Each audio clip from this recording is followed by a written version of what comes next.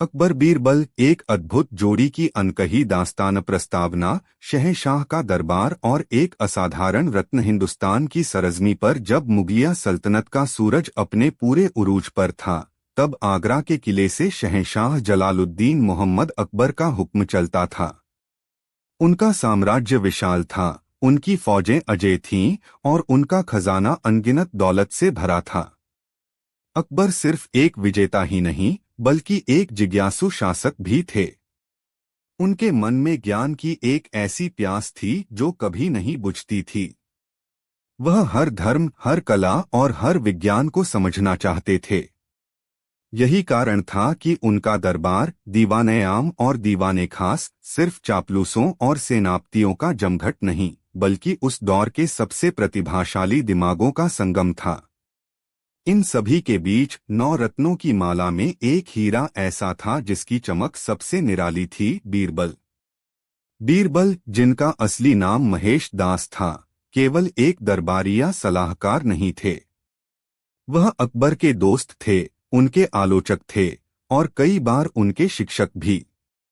जहां बाकी दरबारी शहंशाह के हर हुक्म पर वाह वाह और मरहबा कहते, वहीं बीरबल अपनी हाजिर जवाबी और बेबाक राय से अकबर को ज़मीन की हकीकत से जोड़े रखते थे। उनकी जोड़ी शासक और सेवक की नहीं, बल्कि दो ऐसे मस्तिष्कों की थी जो एक दूसरे को चुनौती देते, परखते और बेहतर बनाते थे। यह कहानी सिर्फ उनकी चतुराई के कुछ किस्सों का संग्रह नहीं, बल्कि उस गहरे रिश्ते की पड़ताल है जिसने उन्हें इतिहास की सबसे अद्भुत जोड़ियों में से एक बना दिया। यह दास्तान है दोस्ती की, बुद्धिमानी की, न्याय की और उस भरोसे की जो एक शहंशाह को अपने सबसे काबिल दोस्त पर था। अध्याय 1, पहली मुलाकात। जब बुद्धि ने शहंशाह को झुका दिया। बात उन दिनों की है जब शहंशाह अकबर की हुकूमत की जड़ें अभी जम ही रही थीं। अकबर को शिकार का बहुत शौक था। एक दिन वह अपने कुछ सैनिकों के साथ यमुना के किनारे घने जंगलों में शिकार के लिए निकले। तेज रफ्तार घोड़ों पर दौड़ते हुए वह अपने लश्कर से बहुत आगे निकल गए। शाम ढलने लगी, सूरज की सुनहरी किरणें पेड़ों के पत्तों से छनकर जमीन पर आ रही थीं। तभी अकबर को एहसास हुआ कि वह और उनके साथी रास्ता भटक गए हैं। घना जंगल, अनजाने रास्ते और दूर दूर तक कोई गांव या कस्बा नजर नहीं आ रहा था। भूख, प्यास और थकान से सबका हाल बेहाल था। अकबर, जो कभी किसी के आगे झुकना नहीं जानते थे, आज हालात के आगे मजबूर थे। कुछ दूर चलने पर उन्हें एक तिराहा दिखा, जहां 3 रास्ते अलग अलग दिशाओं में जा रहे थे। अब सवाल यह था कि राजधानी आगरा का रास्ता कौन सा है। तभी उनकी नजर पास के एक खेत में काम कर रहे एक नौजवान पर पड़ी। उसके चेहरे पर मेहनत की चमक और आंखों में एक अजीब सी शरारत थी। अकबर ने अपने सैनिकों को रुकने का इशारा किया और खुद घोड़े से उतरकर उस नौजवान के पास पहुंचे। ऐ लड़के, अकबर ने शाही रौब से पूछा, क्या तुम बता सकते हो कि इन रास्तों में से कौन सा रास्ता आगरा जाएगा? नौजवान ने काम रोककर शहंशाह को ऊपर से नीचे तक देखा। उनके कीमती लिबास और शाही अंदाज को देखकर भी उसके चेहरे पर कोई डर या घबराहट नहीं थी। वह मुस्कुराया और जवाब दिया, जनाब, ये सड़कें बेजान हैं। ये भला चलकर आगरा कैसे जा सकती हैं? जाना तो आपको ही पड़ेगा। यह कहकर वह खिलखिलाकर हंस पड़ा। अकबर के सैनिक गुस्से से तमतमा उठे। एक मामूली किसान का लड़का हिंदुस्तान के शहंशाह से इस तरह मजाक कर रहा था। एक सैनिक ने तलवार निकालने के लिए हाथ बढ़ाया ही था कि अकबर ने उसे रोक दिया। उन्हें गुस्सा नहीं, बल्कि हैरानी हुई। इस लड़के के जवाब में गुस्ताखी नहीं, बल्कि एक गहरी समझ और हाजिर जवाबी थी। अकबर मुस्कुराए और बोले, तुमने बात तो पते की कही है, लेकिन अब यह भी बता दो कि हमें किस रास्ते पर जाना होगा। लड़के ने जवाब दिया, लोग रास्तों पर चलते हैं, रास्ते लोगों पर नहीं। आप बताइए, आपको कहाँ जाना है? अकबर उसकी चतुराई से और भी प्रभावित हुए। उन्होंने कहा, हमें आगरा जाना है। लड़के ने एक पल सोचा और फिर एक रास्ते की तरफ इशारा करते हुए कहा, यह रास्ता आपको एक नदी तक ले जाएगा। उस नदी के किनारे किनारे चलते रहेंगे तो आगरा पहुंच जाएंगे। दूसरा रास्ता एक घने जंगल में जाता है जहां डाकुओं का डर है। और तीसरा रास्ता पास के गांव की तरफ जाता है जहां आप रात गुजार सकते हैं और सुबह अपनी मंजिल की ओर बढ़ सकते हैं। अकबर को उसका सीधा और स्पष्ट जवाब बहुत पसंद आया। उन्होंने अपनी जेब से अपनी शाही अंगूठी निकाली जिस पर मुगलिया सल्तनत की मुहर लगी थी। उन्होंने वह अंगूठी उस लड़के को देते हुए कहा, नौजवान, तुम्हारा नाम क्या है? तुम बहुत बुद्धिमान हो। तुम्हारी जगह इन खेतों में नहीं बल्कि शाही दरबार में है। जब भी तुम्हारा मन हो यह अंगूठी लेकर आगरा आना और हमें दिखाना। हम तुम्हें पहचान लेंगे। लड़के ने सिर झुकाकर अंगूठी ले ली और कहा, मेरा नाम महेश दास है हुजूर। आपने मुझे इस लायक समझा, यह मेरा सौभाग्य है। अकबर अपने सैनिकों के साथ गांव वाले रास्ते पर चल पड़े। उस रात उनके दिमाग में बार बार उस नौजवान महेश दास का ख्याल आता रहा। उन्हें यकीन था कि यह लड़का एक दिन जरूर कुछ बड़ा करेगा। अध्याय 2 दरबार में आगमन और ईर्ष्या की पहली लहर। कई महीने बीत गए। शहंशाह अकबर अपने राजकाज में व्यस्त हो गए और धीरे धीरे जंगल की वह मुलाकात उनके ज़हन से ओझल होने लगी। लेकिन महेश दास उस दिन को नहीं भूले थे। उन्होंने सही समय का इंतजार किया और फिर एक दिन आगरा की ओर निकल पड़े। शाही दरबार खचाखच भरा हुआ था। अकबर अपने सिंहासन पर विराजमान थे और किसी गंभीर मसले पर चर्चा चल रही थी। तभी एक दरबान ने आकर इत्तिला दी कि एक नौजवान उनसे मिलना चाहता है और दावा कर रहा है कि उसके पास शहंशाह की दी हुई निशानी है। अकबर ने उसे पेश करने का हुक्म दिया। महेश दास को अंदर लाया गया। दरबार की शानो शौकत देखकर एक पल के लिए भी उनकी आंखों में कोई घबराहट नहीं थी। उन्होंने अदब से सिर झुकाया और शहंशाह के सामने वह अंगूठी पेश कर दी। अंगूठी देखते ही अकबर को सब कुछ याद आ गया। उनके चेहरे पर एक बड़ी सी मुस्कान फैल गई। वह सिंहासन से उठकर महेश दास के पास आए और बोले, तो तुम आ ही गए महेश दास। हमें तुम्हारा ही इंतजार था। अकबर ने तुरंत उन्हें अपने नवरत्नों में शामिल करने का ऐलान कर दिया और उन्हें बीरबल की उपाधि दी, जिसका अर्थ था बुद्धिमान। उन्होंने बीरबल को अपना निजी सलाहकार नियुक्त किया। यह ऐलान सुनते ही पूरे दरबार में सन्नाटा छा गया। कई पुराने और अनुभवी मंत्री जो सालों से शहंशाह की सेवा कर रहे थे, इस फैसले से नाखुश थे। उन्हें एक गांव का साधारण लड़का, जिसे दरबारी अकबकायदों की भी समझ नहीं थी, अपने बराबर या खुद से ऊपर देखना गवारा नहीं था। इनसे सबसे ज्यादा जलने वालों में थे शहंशाह के साले मान सिंह और दरबार के मुख्य सलाहकार मुल्ला दो प्याजा। उन्हें लगा कि यह लड़का जरूर कोई जादूटोना करके शहंशाह को अपने वश में कर चुका है। उन्होंने बीरबल को नीचा दिखाने और दरबार से निकलवाने की कस्में खाईं। जल्द ही उन्हें इसका पहला मौका मिला। एक दिन अकबर दरबार में बहुत अच्छे मूड में थे। उन्होंने दरबारियों से एक सवाल पूछा, बताओ हमारे इस शहर आगरा में कुल कितने कौवे हैं? सवाल अजीब था, लेकिन शहंशाह का हुक्म था। सभी दरबारी एक दूसरे का मुंह ताकने लगे। भला कौवों की गिनती कौन कर सकता था? यह तो नामुमकिन था। मान सिंह ने मुस्कुराते हुए कहा, जहां पनाह, यह सवाल तो बड़ा पेचीदा है। इसका जवाब देना तो असंभव है। मुल्ला दो प्याजा ने भी हाँ में हाँ मिलाई। हुजूर, आसमान के तारों और जमीन के कौवों को भला कौन गिन पाया है? उनकी नजरें बीरबल को ढूंढ रही थीं, जो चुपचाप एक कोने में खड़े मुस्कुरा रहे थे। अकबर ने बीरबल की ओर देखा और पूछा, बीरबल, क्या तुम भी यही मानते हो? क्या तुम इस सवाल का जवाब दे सकते हो? बीरबल ने आगे बढ़कर सिर झुकाया और कहा, आलमपनाह, बिल्कुल दे सकता हूँ। मैंने गिनती कर ली है। हमारे शहर में ठीक 1,09,999 कौवे हैं। पूरा दरबार अवाक रह गया। यह इतना सटीक आंकड़ा कैसे हो सकता है? मुल्ला दो प्याजा ने तुरंत टोका। लेकिन अगर गिनती में कौवे ज्यादा निकले तो? बीरबल ने बड़ी सहजता से जवाब दिया, तो इसका मतलब यह होगा कि बाहर से कुछ कौवे अपने रिश्तेदारों से मिलने आगरा आए हुए हैं। और अगर कम निकले तो? मान सिंह ने पूछा। बीरबल मुस्कुराए, तो जाहिर सी बात है कि हमारे शहर के कुछ कौवे अपनी रिश्तेदारी में शहर से बाहर गए हुए हैं। यह जवाब सुनकर शहंशाह अकबर अपनी हंसी नहीं रोक पाए। उन्होंने जोरदार ठहाका लगाया। बीरबल ने न सिर्फ एक असंभव सवाल का जवाब दिया, बल्कि अपनी चतुराई से यह भी साबित कर दिया कि कुछ सवालों के जवाब सीधे नहीं, बल्कि तर्क और बुद्धि से दिए जाते हैं। दरबारियों के चेहरे उतर गए। बीरबल को नीचा दिखाने की उनकी पहली कोशिश नाकाम हो चुकी थी।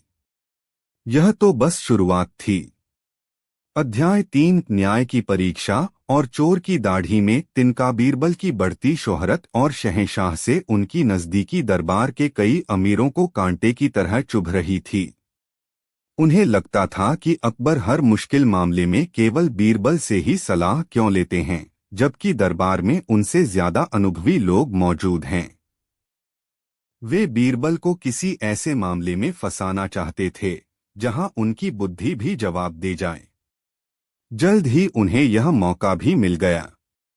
एक दिन दरबार में एक अमीर व्यापारी रोता हुआ आया। उसने शिकायत की कि उसके घर से कीमती हीरों का एक हार चोरी हो गया है। उसे अपने 5 नौकरों पर शक था, लेकिन उसके पास किसी के खिलाफ कोई सबूत नहीं था। वह चाहता था कि शहंशाह न्याय करें। अकबर ने अपने सेनापति और मुख्य काजी से इस मामले की जांच करने को कहा। उन्होंने नौकरों से बहुत सख्ती से पूछताछ की, लेकिन कोई भी अपना जुर्म कबूल करने को तैयार नहीं था। मामला उलझता जा रहा था। तभी मान सिंह ने अकबर से कहा, हुजूर, यह मामला बड़ा पेचीदा है। इसे सुलझाने के लिए असाधारण बुद्धि की जरूरत है। क्यों न यह काम बीरबल को सौंपा जाए। देखते हैं वह इस बुद्धि को कैसे सुलझाते हैं। यह एक चुनौती थी। अकबर ने बीरबल की ओर देखा। बीरबल समझ गए कि यह उनके लिए एक परीक्षा है। उन्होंने व्यापारी से कहा, आप अपने 5 नौकरों को कल दरबार में लेकर आइए। मैं चोर का पता लगा लूंगा। अगले दिन व्यापारी अपने नौकरों के साथ दरबार में हाजिर हुआ। बीरबल ने 5 एक बराबर लंबाई की लकड़ी की छड़ियां मंगवाईं। उन्होंने हर नौकर को एक एक छड़ी देते हुए कहा, ये कोई मामूली छड़ियां नहीं हैं, ये जादुई हैं। तुम सब आज रात इन छड़ियों को अपने पास रखकर सोना। जिसने भी चोरी की होगी, उसकी छड़ी रात भर में 1 इंच लंबी हो जाएगी। कल सुबह मैं इन छड़ियों को देखकर चोर को पहचान लूंगा। सभी नौकर अपनी अपनी छड़ी लेकर घर चले गए। उनमें से 4 नौकरों को कोई डर नहीं था, क्योंकि वे बेकसूर थे। वे आराम से सो गए। लेकिन 5वां नौकर, जिसने सच में चोरी की थी, वह रात भर सो नहीं पाया। उसे डर था कि सुबह उसकी छड़ी लंबी हो जाएगी और वह पकड़ा जाएगा। उसने सोचा, क्यों न मैं अपनी छड़ी को पहले से ही 1 इंच छोटा काट दूं। इस तरह सुबह जब यह 1 इंच बढ़ेगी तो बाकी छड़ियों के बराबर हो जाएगी और मैं पकड़ा नहीं जाऊंगा। यही सोचकर उसने अपनी छड़ी का 1 इंच का टुकड़ा काटकर फेंक दिया और फिर चैन की नींद सो गया। अगली सुबह जब 5 नौकर दरबार में अपनी छड़ियों के साथ हाजिर हुए तो बीरबल ने एक एक करके सबकी छड़ी देखी। जब उन्होंने उस चोर नौकर की छड़ी देखी तो वह बाकी छड़ियों से 1 इंच छोटी थी। बीरबल ने तुरंत सिपाहियों को हुक्म दिया, यही चोर है, इसे गिरफ्तार कर लो। सब हैरान थे। अकबर ने पूछा, बीरबल, तुम्हें कैसे पता चला कि यही चोर? ये बीरबल ने मुस्कुराते हुए समझाया, जहां पनाह ये छड़ियां जादुई नहीं थीं। यह तो चोर के मन का डर था जिसने उसे पकड़वा दिया। बेकसूर नौकरों को कोई डर नहीं था, इसलिए उन्होंने छड़ी के साथ कुछ नहीं किया। लेकिन चोर को डर था कि उसकी छड़ी लंबी हो जाएगी, इसलिए उसने उसे पहले ही छोटा कर दिया। कहते हैं न, चोर की दाढ़ी में तिनका। इसके मन का डर ही इसके खिलाफ सबसे बड़ा सबूत बन गया। यह देखकर अकबर और पूरा दरबार बीरबल की बुद्धिमानी के कायल हो गए। उन्होंने न केवल एक मुश्किल चोरी का खुलासा किया, बल्कि यह भी साबित कर दिया कि न्याय करने के लिए सिर्फ ताकत ही नहीं, बल्कि इंसान के मनोविज्ञान की समझ भी जरूरी है। उनके जलने वालों के मुंह पर एक बार फिर ताला लग गया था। अध्याय 4 बीरबल की खिचड़ी और शहंशाह का सबक। सर्दियों के दिन थे। आगरा में कड़ाके की ठंड पड़ रही थी। एक शाम अकबर और बीरबल यमुना नदी के किनारे टहल रहे थे। ठंडी हवा के झोंके बदन में तीर की तरह चुभ रहे थे। अकबर ने अपने कीमती शॉल को और कसकर लपेट लिया और बोले, बीरबल, इतनी ठंड है कि लगता है कोई इस नदी के पानी में एक रात भी नहीं गुजार सकता। बीरबल ने कहा, आलमपनाह, आप ठीक कहते हैं, लेकिन जरूरत और मजबूरी इंसान से कुछ भी करवा सकती है। मुझे यकीन है कि अगर इनाम का लालच दिया जाए तो कोई गरीब आदमी यह काम भी कर सकता है। अकबर को बीरबल की बात पर यकीन नहीं हुआ। उन्होंने इसे एक चुनौती की तरह लिया और ऐलान कर दिया, जो कोई भी इस सर्द रात में यमुना के पानी में गर्दन तक डूबकर सुबह तक खड़ा रहेगा, उसे 1000 सोने की मोहरें इनाम में दी जाएंगी। यह ऐलान सुनकर एक गरीब ब्राह्मण, जिसके घर में खाने को दाना नहीं था और बेटी की शादी करनी थी, इस चुनौती के लिए तैयार हो गया। वह सारी रात नदी के बर्फीले पानी में कांपता हुआ खड़ा रहा। महल के पहरेदार उस पर नजर रखे हुए थे। सुबह जब वह जिंदा बच गया तो उसे दरबार में पेश किया गया। वह इनाम के लिए अकबर के सामने गिड़गिड़ाया। अकबर उससे पूछने ही वाले थे कि उसने यह नामुमकिन काम कैसे किया। तभी एक दरबारी, जो बीरबल से जलता था, बोल पड़ा, हुजूर, यह आदमी धोखेबाज है। मैंने रात को देखा था, यह आपके महल के दिए की लौ को देख रहा था। उसे उसी दिए से गर्मी मिल रही थी। यह सुनकर अकबर को बहुत गुस्सा आया। उन्होंने कहा, धोखेबाज, तुमने हमारे साथ छल किया है। महल का दिया यहाँ से इतनी दूर है, उसकी गर्मी तुम तक कैसे पहुंच सकती है? तुम्हें कोई इनाम नहीं मिलेगा। निकल जाओ यहाँ से। बेचारा ब्राह्मण रोता पीटता चला गया। बीरबल को यह देखकर बहुत दुख हुआ। उन्हें पता था कि ब्राह्मण बेकसूर है और शहंशाह ने गुस्से में अन्याय किया है। उन्होंने अकबर को सबक सिखाने का फैसला किया। अगले दिन बीरबल दरबार नहीं आए। फिर दूसरा दिन गुजरा, तीसरा दिन गुजरा, लेकिन बीरबल का अता पता नहीं था। अकबर को उनकी चिंता होने लगी।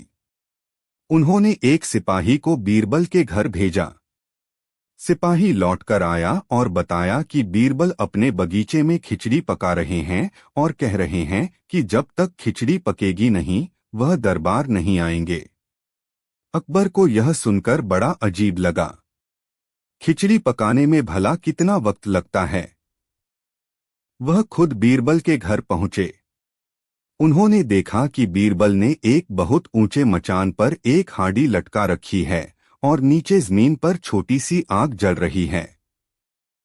अकबर ने हैरानी से पूछा, बीरबल, यह क्या मजाक है?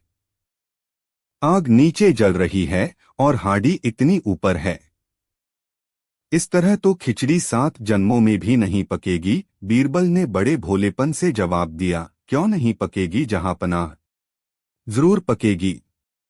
जब आपके महल के दूर जलते दिए की गर्मी से एक गरीब ब्राह्मण को नदी के ठंडे पानी में राहत मिल सकती है, तो मेरी यह खिचड़ी भी इस आग की गर्मी से जरूर पक जाएगी। यह सुनते ही अकबर को अपनी गलती का एहसास हो गया। उन्हें समझ आ गया कि बीरबल उन्हें क्या समझाने की कोशिश कर रहे हैं। वह शर्मिंदा हो गए। उन्होंने तुरंत उस गरीब ब्राह्मण को बुलवाया, उससे माफी मांगी और उसे इनाम की 1000 मोहरों के साथ साथ और भी धन देकर विदा किया। उस दिन के बाद अकबर कोई भी फैसला लेने से पहले 100 बार सोचने लगे। बीरबल ने सिर्फ एक ब्राह्मण को न्याय नहीं दिलाया था, बल्कि अपने शहंशाह को सहानुभूति और न्याय का एक ऐसा पाठ पढ़ाया था जो वह कभी नहीं भूले।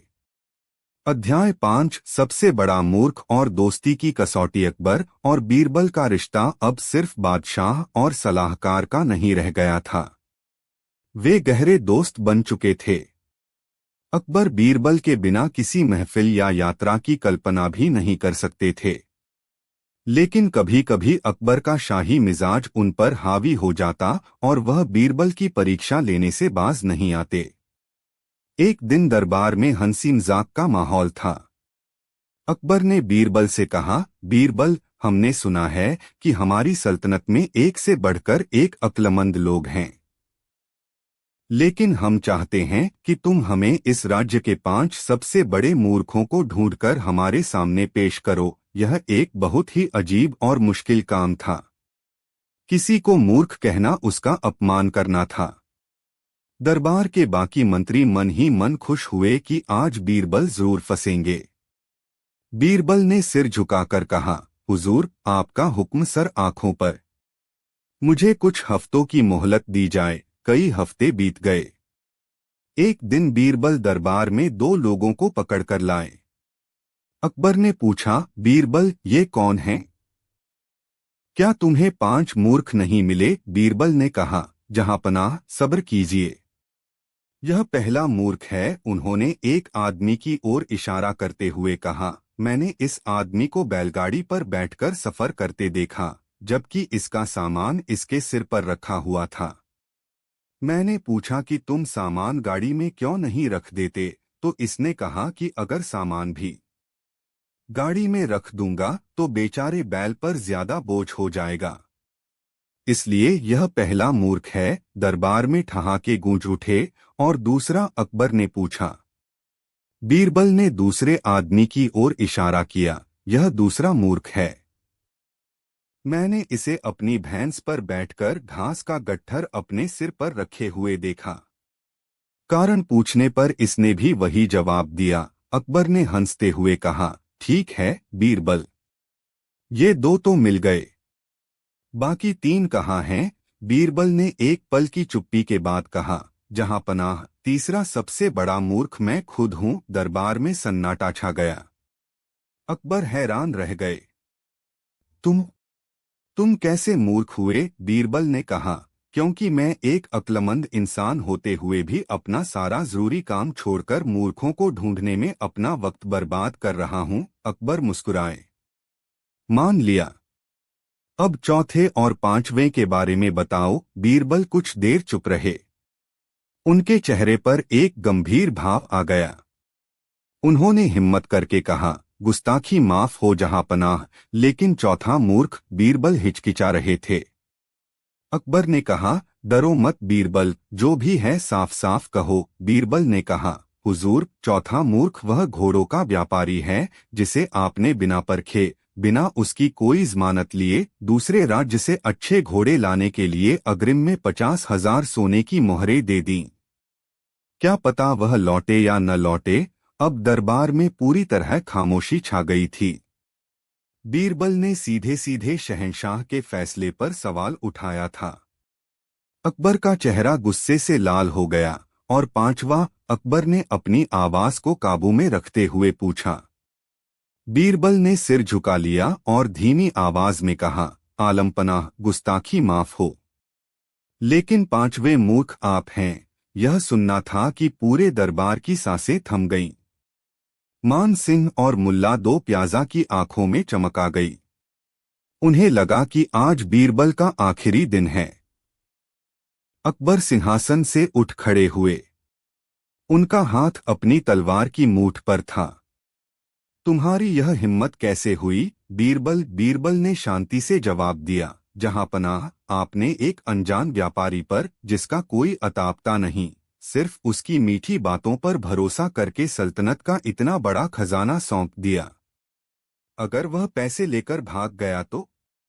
एक ऐसे व्यक्ति पर भरोसा करना जो इसके काबिल है या नहीं, यह जाने बिना मूर्खता नहीं तो और क्या है। कुछ देर के लिए अकबर चुपचाप बीरबल को घूरते रहे। दरबारियों को लगा कि अब बीरबल का सिर कलम कर दिया जाएगा, लेकिन फिर अकबर के चेहरे का तनाव कम हुआ और वह जोर जोर से हंसने लगे। उन्होंने बीरबल को गले लगा लिया और कहा, शाबाश बीरबल, शाबाश, तुम ही मेरे सच्चे दोस्त हो। बाकी सब तो हमारी हाँ में हाँ मिलाते हैं, लेकिन केवल तुम में ही सच कहने की हिम्मत है। तुमने हमें हमारी गलती का एहसास कराया। आज से तुम हमारे सलाहकार ही नहीं, हमारे भाई भी हो। उस दिन दरबारियों को समझ आ गया कि बीरबल की जगह अकबर के दिल में क्यों है। वह सिर्फ अपनी चतुराई से नहीं, बल्कि अपनी ईमानदारी, अपनी हिम्मत और अपनी सच्ची दोस्ती से शहंशाह का दिल जीतते थे। उपसंहार, एक ऐसी जोड़ी जो इतिहास बन गई। अकबर और बीरबल की कहानी सिर्फ चतुराई और हाजिर जवाबी की कहानी नहीं है। यह एक ऐसे रिश्ते की कहानी है जो समय और पद से परे था। अकबर एक शक्तिशाली शहंशाह थे, लेकिन बीरबल की संगत में वह एक साधारण इंसान बन जाते थे जो सीखना चाहता था, समझना चाहता था और हंसना चाहता था। बीरबल ने अकबर को न सिर्फ राजकाज के मामलों में सलाह दी, बल्कि उन्हें जीवन के छोटे छोटे सच भी सिखाए। उन्होंने सिखाया कि न्याय किताबों में नहीं, बल्कि लोगों के दिलों में होता है। उन्होंने सिखाया कि असली ताकत तलवार में नहीं, बुद्धि में होती है। और सबसे बढ़कर उन्होंने सिखाया कि एक शासक को कभी भी अपने आसपास की चापलूसी में सच्चाई को नहीं भूलना चाहिए। उनकी कहानियां आज सदियों बाद भी इसलिए जिंदा हैं क्योंकि वे हमें हंसाती हैं, सिखाती हैं और सोचने पर मजबूर करती हैं। वे हमें बताती हैं कि कैसे एक साधारण इंसान अपनी बुद्धि और साहस के बल पर सबसे ऊंचे मुकाम तक पहुंच सकता है, और कैसे एक महान शासक भी एक सच्चे दोस्त के बिना अधूरा होता है। अकबर और बीरबल की अद्भुत जोड़ी हमेशा इस बात का प्रतीक रहेगी कि जब शक्ति और बुद्धि का संगम होता है तो इतिहास रचा जाता। अकबर बीरबल की कहानियां बुद्धि और हास्य का एक अनमोल खजाना हैं। ये कहानियां न केवल मनोरंजन करती हैं, बल्कि जीवन के महत्वपूर्ण सबक भी सिखाती हैं। पेश है अकबर और बीरबल की एक प्रसिद्ध कहानी, सबकी सोच एक जैसी। एक बार बादशाह अकबर अपने दरबार में किसी खास विषय पर चर्चा कर रहे थे। उन्होंने दरबार में मौजूद सभी लोगों से उस विषय पर अपनी राय देने को कहा। जवाब में दरबार के हर मंत्री ने अपनी बुद्धि के अनुसार अपना दृष्टिकोण प्रस्तुत किया। बादशाह यह देखकर हैरान रह गए कि सभी के उत्तर एक दूसरे से बिल्कुल अलग थे। इससे हैरान होकर बादशाह अकबर ने बीरबल से इस असमानता का कारण पूछा और सवाल किया, हर कोई एक जैसा क्यों नहीं सोचता? यह सुनकर बीरबल ने मुस्कुराते हुए जवाब दिया, महाराज, वास्तव में कई मामलों पर लोगों की सोच अलग अलग हो सकती है, लेकिन कुछ विशेष विषयों पर सभी की सोच एक जैसी हो जाती है। बीरबल के इस कथन के साथ ही दरबार में चर्चा समाप्त हो गई और सभी लोग अपने अपने काम में लग गए। उसी शाम बादशाह अकबर उसी सवाल पर फिर से विचार करते हुए बीरबल के साथ अपने बगीचे में टहलने निकले। बादशाह ने सवाल दोहराया, बीरबल, मैंने तुमसे पूछा था कि हर किसी की सोच एक जैसी क्यों नहीं होती? मुझे इसका जवाब दो। इस पर उनके और बीरबल के बीच फिर से बहस छिड़ गई। लाख कोशिशों के बावजूद बादशाह अकबर बीरबल की बात समझ नहीं पाए। अपनी बात को स्पष्ट करने के लिए बीरबल ने एक उपाय सुझाते हुए कहा, महाराज, मैं आपको साबित कर दूंगा कि कुछ मामलों पर हर किसी की सोच वास्तव में एक जैसी होती है। बस एक फरमान जारी करें। फरमान में कहा जाएगा कि आने वाली अमावस्या की रात को हर कोई अपने घरों से एक घड़ा दूध लाकर उसे अपने बगीचे के सूखे कुओं में डालेगा। जो लोग इसका पालन नहीं करेंगे उन्हें कड़ी सजा मिलेगी। एक बादशाह ने बीरबल के कहे अनुसार फरमान जारी कर दिया। अमावस्या की रात को सभी लोग अपने अपने घरों से दूध का घड़ा लेकर आए और बगीचे के सूखे कुएं में डाल दिया। अगली सुबह जब बादशाह और बीरबल ने कुएं में झांका तो वे यह देखकर हैरान रह गए कि कुआं दूध की जगह पानी से भरा हुआ था। बीरबल ने समझाया, महाराज, हर किसी ने सोचा कि इतने सारे लोग दूध डालेंगे तो मेरे एक घड़ा पानी डालने से किसी को क्या पता चलेगा। इसी सोच के कारण सभी ने दूध की जगह पानी डाल दिया। इससे यह साबित होता है कि कुछ खास परिस्थितियों में सभी एक जैसा ही सोचते हैं। बादशाह अकबर बीरबल की बुद्धिमानी से बहुत प्रसन्न हुए। यह कहानी दिखाती है कि बीरबल किस तरह अपनी चतुराई से बादशाह अकबर के मुश्किल सवालों का भी आसानी से जवाब दे देते थे। अकबर बीरबल की ऐसी और भी कई मजेदार कहानियां हैं, जैसे कौवों की गिनती, बीरबल की खिचड़ी और मूर्ख चोर। Sources help. अकबर बीरबल कहानी दरबार की श्रापित हीरा और बुद्धि का प्रकाश। आगरा का किला अपनी पूरी शानो शौकत के साथ यमुना नदी के किनारे खड़ा था। सूरज की सुनहरी किरणें उसके संगमरमरी गुंबदों पर पड़कर एक दिव्य आभा बिखेर रही थीं। अंदर दीवान-ए-आम में शहंशाह हिंद जलालुद्दीन मोहम्मद अकबर अपने भव्य सिंहासन पर विराजमान थे। दरबार खचाखच भरा हुआ था। रेशम और मखमल की पोशाकों में सजे मंत्री, कीमती रत्नों से लदे अमीर उमरा, बुद्धिमान सलाहकार और दूरदराज के सूबों से आए प्रतिनिधि सभी बादशाह के सामने अदब से बैठे थे। माहौल में इत्र की महक और शाही वैभव की खनक थी। तभी दरबार के मुख्य द्वार पर तैनात दरबान ने जोर से ऐलान किया, ईरान के शाह तहमास्त के विशेष दूत मिर्जा असलम बेग तशरीफ ला रहे हैं। पूरा दरबार उस दिशा में देखने लगा जहां से एक लंबा, रोबदार व्यक्ति ईरानी शैली की शानदार पोशाक पहने धीरे धीरे सिंहासन की ओर बढ़ रहा था। उसके पीछे दो सेवक एक मखमल के गद्दे पर रखी एक बड़ी ढकी हुई चीज को बड़ी सावधानी से उठाए हुए थे। मिर्जा असलम ने सिंहासन के पास पहुंचकर 3 बार झुककर बादशाह अकबर को सलाम किया। अकबर ने मुस्कुराकर उनका स्वागत किया। मिर्जा साहब, ईरान से यहाँ तक का आपका सफर कैसा रहा? शाह तहमास्त का स्वास्थ्य कैसा है? अकबर ने अपनी गहरी और रोबदार आवाज में पूछा। शहंशाह हिंद की मेहरबानी से सफर आरामदायक था और हमारे शाह आपकी दोस्ती की गर्मजोशी से बिल्कुल स्वस्थ हैं, मिर्जा ने अदब से जवाब दिया।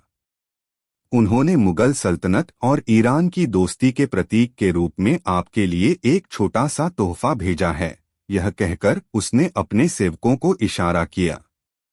सेवकों ने उस चीज के ऊपर से रेशमी कपड़ा हटा दिया और एक पल के लिए पूरे दरबार की आंखें चौंधिया गईं। उस मखमली गद्दे पर एक हीरा रखा था जो किसी कबूतर के अंडे से भी बड़ा था। वह इतना शुद्ध और पारदर्शी था कि उसके आर पार देखा जा सकता था। दरबार में जल रहे सैकड़ों दियों की रोशनी जब उस पर पड़ती तो उसमें से इंद्रधनुष के हजारों रंग फूट पड़ते थे। ऐसा लगता था मानो किसी ने आसमान के एक टुकड़े को तराशकर वहां रख दिया हो। पूरा दरबार उस हीरे की खूबसूरती देखकर वाह वाह कर उठा। अकबर भी उसकी सुंदरता से मंत्रमुग्ध हो गए।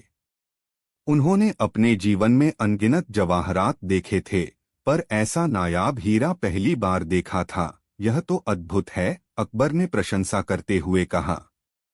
शाह तहमास्त ने दोस्ती का बहुत ही कीमती तोहफा भेजा है। इस नायाब हीरे का नाम क्या है? मिर्जा असलम बेग के चेहरे पर एक अजीब सी गंभीरता आ गई। उसने कहा, आलम पनाह, इसका नाम नूर-ए-शब यानी रात की रोशनी है। लेकिन इसके साथ एक कहानी जुड़ी है जिसे बताना मेरा फर्ज है। दरबार में एकदम सन्नाटा छा गया। मिर्जा ने अपनी आवाज धीमी करते हुए कहा, कहते हैं कि यह हीरा श्रापित है। यह जिसके पास भी रहता है उसके जीवन में दुर्भाग्य और तबाही लाता है। इसके पिछले 3 मालिक, जो अलग अलग सल्तनतों के बादशाह थे, बहुत ही रहस्यमयी और दुखद परिस्थितियों में मारे गए। उनके राज्य में अकाल, विद्रोह और बीमारियां फैल गईं। हमारे शाह का मानना है कि इस हीरे में कोई बुरी आत्मा बसती है, इसीलिए वह इसे अपने खजाने में और नहीं रखना चाहते थे और उन्होंने इसे आपकी महानता को भेंट करने का फैसला किया, यह सोचकर कि शायद आपकी जैसी शक्तिशाली शख्सियत ही इसके श्राप को नियंत्रित कर सकती है। यह सुनते ही पूरे दरबार में एक डर की लहर दौड़ गई। जो मंत्री अभी तक हीरे की तारीफ कर रहे थे, अब वे डर से उसे देख रहे थे, मानो वह कोई जहरीला सांप हो। एक बुजुर्ग मंत्री ने खड़े होकर कहा, जहां पनाह, गुस्ताखी माफ हो, लेकिन हमें ऐसा तोहफा स्वीकार नहीं करना चाहिए जो अपने साथ दुर्भाग्य लेकर आए। सल्तनत की सुरक्षा और आपकी सलामती से बढ़कर कुछ भी नहीं है। दूसरे मंत्रियों ने भी हाँ में हाँ मिलाई। चारों ओर कानाफूसी होने लगी। यह तो ईरान के शाह की कोई चाल लगती है, कोई बोला। वह खुद तो मुसीबत से बच गए और तोहफे के नाम पर हमारे सिर मढ़ दी, दूसरा बोला। बादशाह अकबर एक दुविधा में पड़ गए। एक तरफ वह एक महान योद्धा और शहंशाह थे, जो ऐसी अंधविश्वासी बातों पर यकीन नहीं करते थे। दूसरी तरफ वह अपनी प्रजा और सल्तनत की सुरक्षा को लेकर चिंतित थे। अगर उन्होंने तोहफा लेने से इनकार कर दिया तो यह ईरान के शाह का अपमान होगा और दोनों सल्तनतों के बीच रिश्ते बिगड़ सकते थे। और अगर उन्होंने इसे स्वीकार कर लिया और सच में कुछ अनहोनी हो गई तो इतिहास उन्हें कभी माफ नहीं करेगा। उनकी नजरें हमेशा की तरह अपने सबसे भरोसेमंद सलाहकार बीरबल पर जाकर टिकीं। बीरबल दरबार के एक कोने में शांत खड़े, बिना किसी हाव भाव के यह सब देख और सुन रहे थे। उनके चेहरे पर न तो हीरे को देखकर लालच था और न ही श्राप की कहानी सुनकर डर। बीरबल, अकबर ने पुकारा, इस पूरे मामले पर आपकी क्या राय है? क्या हमें यह हीरा स्वीकार करना चाहिए या नहीं? बीरबल ने आगे आकर बादशाह को सलाम किया। उन्होंने एक नज़र उस चमकते हुए हीरे पर डाली और फिर मिर्जा असलम की आंखों में देखा। आलमपनाह, बीरबल ने अपनी शांत और सधी हुई आवाज में कहा, तोहफा चाहे जैसा भी हो, उसे ठुकराना दोस्ती का अपमान होता है। और जहां तक श्राप की बात है तो इंसान की सबसे बड़ी ताकत उसकी बुद्धि और उसका विवेक होता है, जो किसी भी श्राप से कहीं ज्यादा शक्तिशाली है। हमें यह हीरा जरूर स्वीकार करना चाहिए, बीरबल ने आगे कहा। अगर इस हीरे में सच में कोई बुरी ताकत है तो हम अपनी बुद्धि से उसे भी परास्त कर देंगे। और अगर यह सिर्फ एक वहम है तो हम दुनिया के सबसे खूबसूरत हीरों में से एक को खो देंगे। मेरे विचार से डरकर पीछे हटने की बजाय हमें चुनौती का सामना करना चाहिए। बीरबल की बातों में हमेशा एक तर्क और आत्मविश्वास होता था, जिसने अकबर को प्रभावित किया। उन्हें लगा कि बीरबल सही कह रहे हैं। एक बादशाह को डरना शोभा नहीं देता। ठीक है, अकबर ने फैसला सुनाया। हम शाह तहमास्प का यह तोहफा कबूल करते हैं। उन्होंने अपने खजांची को हुक्म दिया, इस नुरेशब को शाही खजाने की सबसे सुरक्षित तिजोरी में रखवा दो और इसकी सुरक्षा के लिए कड़े पहरे लगा दो। मिर्जा असलम बेग ने राहत की सांस ली और तोहफा स्वीकार किए जाने पर बादशाह का शुक्रिया अदा करके विदा हो गया। हीरा शाही खजाने में भेज दिया गया और दरबार की कार्यवाही फिर से चलने लगी। लेकिन दरबारियों के मन से उस श्रापित हीरे का डर नहीं गया। और फिर जैसा डर था वैसा ही होना शुरू हुआ। कुछ ही दिनों बाद शाही खजाने का मुख्य अधिकारी, जो उस हीरे की सुरक्षा का जिम्मेदार था, सीढ़ियों से गिर गया और उसकी टांग टूट गई। महल में फुसफुसाहट शुरू हो गई। यह हीरे का असर है। एक हफ्ते बाद शाही अस्तबल में आधी रात को अचानक आग लग गई, जिसमें अकबर के कई पसंदीदा और कीमती अरबी घोड़े मारे गए। आग कैसे लगी इसका कोई पता नहीं चला। अब पूरे महल में डर फैल गया। लोग कहने लगे कि हीरे की बुरी आत्मा ने अपना काम शुरू कर दिया है। मामला तब और गंभीर हो गया जब सल्तनत के एक दूर के सूबे से खबर आई कि वहां सूखा पड़ने की वजह से विद्रोह की चिंगारी भड़क रही है। एक के बाद एक घट रही इन घटनाओं ने अकबर को भी चिंता में डाल दिया। क्या बीरबल का फैसला गलत था? क्या उन्हें सच में एक श्राप को महल में जगह दे दी थी? उनके मंत्री, जो पहले से ही बीरबल की बढ़ती शोहरत से जलते थे, अब उन्हें बादशाह के सामने नीचा दिखाने का मौका मिल गया था। उन्होंने एक सभा बुलाई और अकबर से कहा, जहांपनाह, हमने आपको पहले ही आगाह किया था। यह सब उसी मनहूस हीरे की वजह से हो रहा है। बीरबल की जिद के कारण आज पूरी सल्तनत खतरे में है। इससे पहले कि कोई और बड़ी तबाही आए, इस हीरे को फौरन यमुना नदी में फेंक देना चाहिए। अकबर अब बहुत दबाव में थे। वह बीरबल पर भरोसा करते थे, लेकिन हो रही घटनाएं उनके भरोसे को कमजोर कर रही थीं। उन्होंने बीरबल को दरबार में बुलाया। बीरबल, तुम देख रहे हो क्या हो रहा है? अकबर ने कठोर स्वर में पूछा। खजांची का गिरना, अस्तबल में आग, और अब यह विद्रोह की खबर। लोग कहते हैं यह सब उस श्रापित हीरे का काम है। तुम्हारा क्या कहना है? बीरबल ने शांत भाव से उत्तर दिया। आलमपनाह, घटनाएं हो रही हैं, यह सच है, लेकिन उन्हें किसी श्राप से जोड़ना जल्दबाजी होगी। हर घटना के पीछे कोई न कोई तार्किक कारण जरूर होता है। मुझे बस 3 दिन का समय दीजिए। मैं आपको इन सभी घटनाओं के पीछे की सच्चाई लाकर दूंगा। अगर मैं ऐसा नहीं कर पाया तो आप जो सजा देंगे मुझे मंजूर होगी, और आप उस हीरे के साथ जो चाहे कर सकते हैं। अकबर ने बीरबल की आंखों में वही पुराना आत्मविश्वास देखा। उन्होंने एक गहरी सांस ली और कहा, ठीक है, हम तुम्हें 3 दिन का समय देते हैं।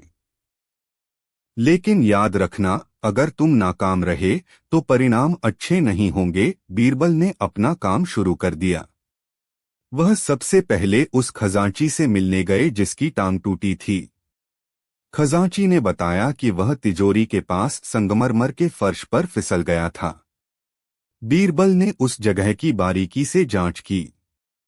उन्हें फर्श पर एक अजीब सी चिकनाहट महसूस हुई, जैसे किसी ने वहां तेल या कोई चिकना पदार्थ गिराया हो। इसके बाद वह जले हुए अस्तबल पहुंचे। उन्होंने राख और मलबे की घंटों तक छानबीन की। अस्तबल के पीछे की दीवार के पास उन्हें कपड़े का एक छोटा सा जला हुआ टुकड़ा मिला। वह कपड़ा आम भारतीय कपड़ों जैसा नहीं था, उसका डिजाइन और बुनावट कुछ अलग थी। अंत में उन्होंने अपने सबसे तेज जासूसों को उस सूबे में भेजा जहां विद्रोह की खबर आई थी। उन्होंने जासूसों को निर्देश दिया कि वे यह पता लगाएं कि यह खबर सबसे पहले किसने और कैसे फैलाई। 3 दिन बाद दरबार फिर से लगा। माहौल में एक तनाव था। सबकी नजरें बीरबल पर थीं। बीरबल ने बादशाह के सामने आकर कहा, आलमपनाह, मैंने अपनी जांच पूरी कर ली है, और सच यह है कि यह किसी श्राप या बुरी आत्मा का काम नहीं, बल्कि इंसानी दिमाग की एक सोची समझी साजिश है। पूरा दरबार चौंक गया। बीरबल ने अपनी बात आगे बढ़ाई। खजांची सीढ़ियों से नहीं, बल्कि चिकने फर्श पर फिसलने से गिरा, जहां जानबूझकर तेल गिराया गया था। अस्तबल में आग अपने आप नहीं लगी, बल्कि लगाई गई थी, और यह उस ईरानी कपड़े का टुकड़ा है जो आग लगाने वाले का सबूत है। बीरबल ने अपने हाथ में वह जला हुआ कपड़ा दिखाते हुए कहा। उन्होंने ईरानी दूत मिर्जा असलम बेग को, जिसे विशेष रूप से दरबार में बुलाया गया था, उस कपड़े को देखने के लिए कहा। मिर्जा का चेहरा पीला पड़ गया, क्योंकि वह कपड़ा उसके एक सेवक की पोशाक का था। बीरबल ने अपनी अंतिम और सबसे बड़ी बात कही, और जहां तक सूबे में विद्रोह की खबर है, मेरे जासूसों ने पता लगाया है कि यह खबर झूठी है। वहां सब कुछ शांत है। इस अफवाह को जानबूझकर फैलाया गया था ताकि आपको यकीन हो जाए कि सल्तनत पर सच में कोई मुसीबत आ गई है। अकबर गुस्से से खड़े हो गए। लेकिन कोई ऐसा क्यों करेगा, बीरबल? इस साजिश के पीछे कौन है? बीरबल ने सीधे मिर्जा असलम बेग की ओर इशारा करते हुए कहा। इस साजिश के पीछे ईरान के शाह और उनके यह दूत हैं। हो सकता लगी इसका कोई पता नहीं चला। अब पूरे महल में डर फैल गया। लोग कहने लगे कि हीरे की बुरी आत्मा ने अपना काम शुरू कर दिया है। मामला तब और गंभीर हो गया जब सल्तनत के एक दूर के सूबे से खबर आई कि वहां सूखा पड़ने की वजह से विद्रोह की चिंगारी भड़क रही है। एक के बाद एक घट रही इन घटनाओं ने अकबर को भी चिंता में डाल दिया। क्या बीरबल का फैसला गलत था? क्या उन्हें सच में एक श्राप को महल में जगह दे दी थी? उनके मंत्री, जो पहले से ही बीरबल की बढ़ती शोहरत से जलते थे, अब उन्हें बादशाह के सामने नीचा दिखाने का मौका मिल गया था। उन्होंने एक सभा बुलाई और अकबर से कहा, जहांपनाह, हमने आपको पहले ही आगाह किया था। यह सब उसी मनहूस हीरे की वजह से हो रहा है।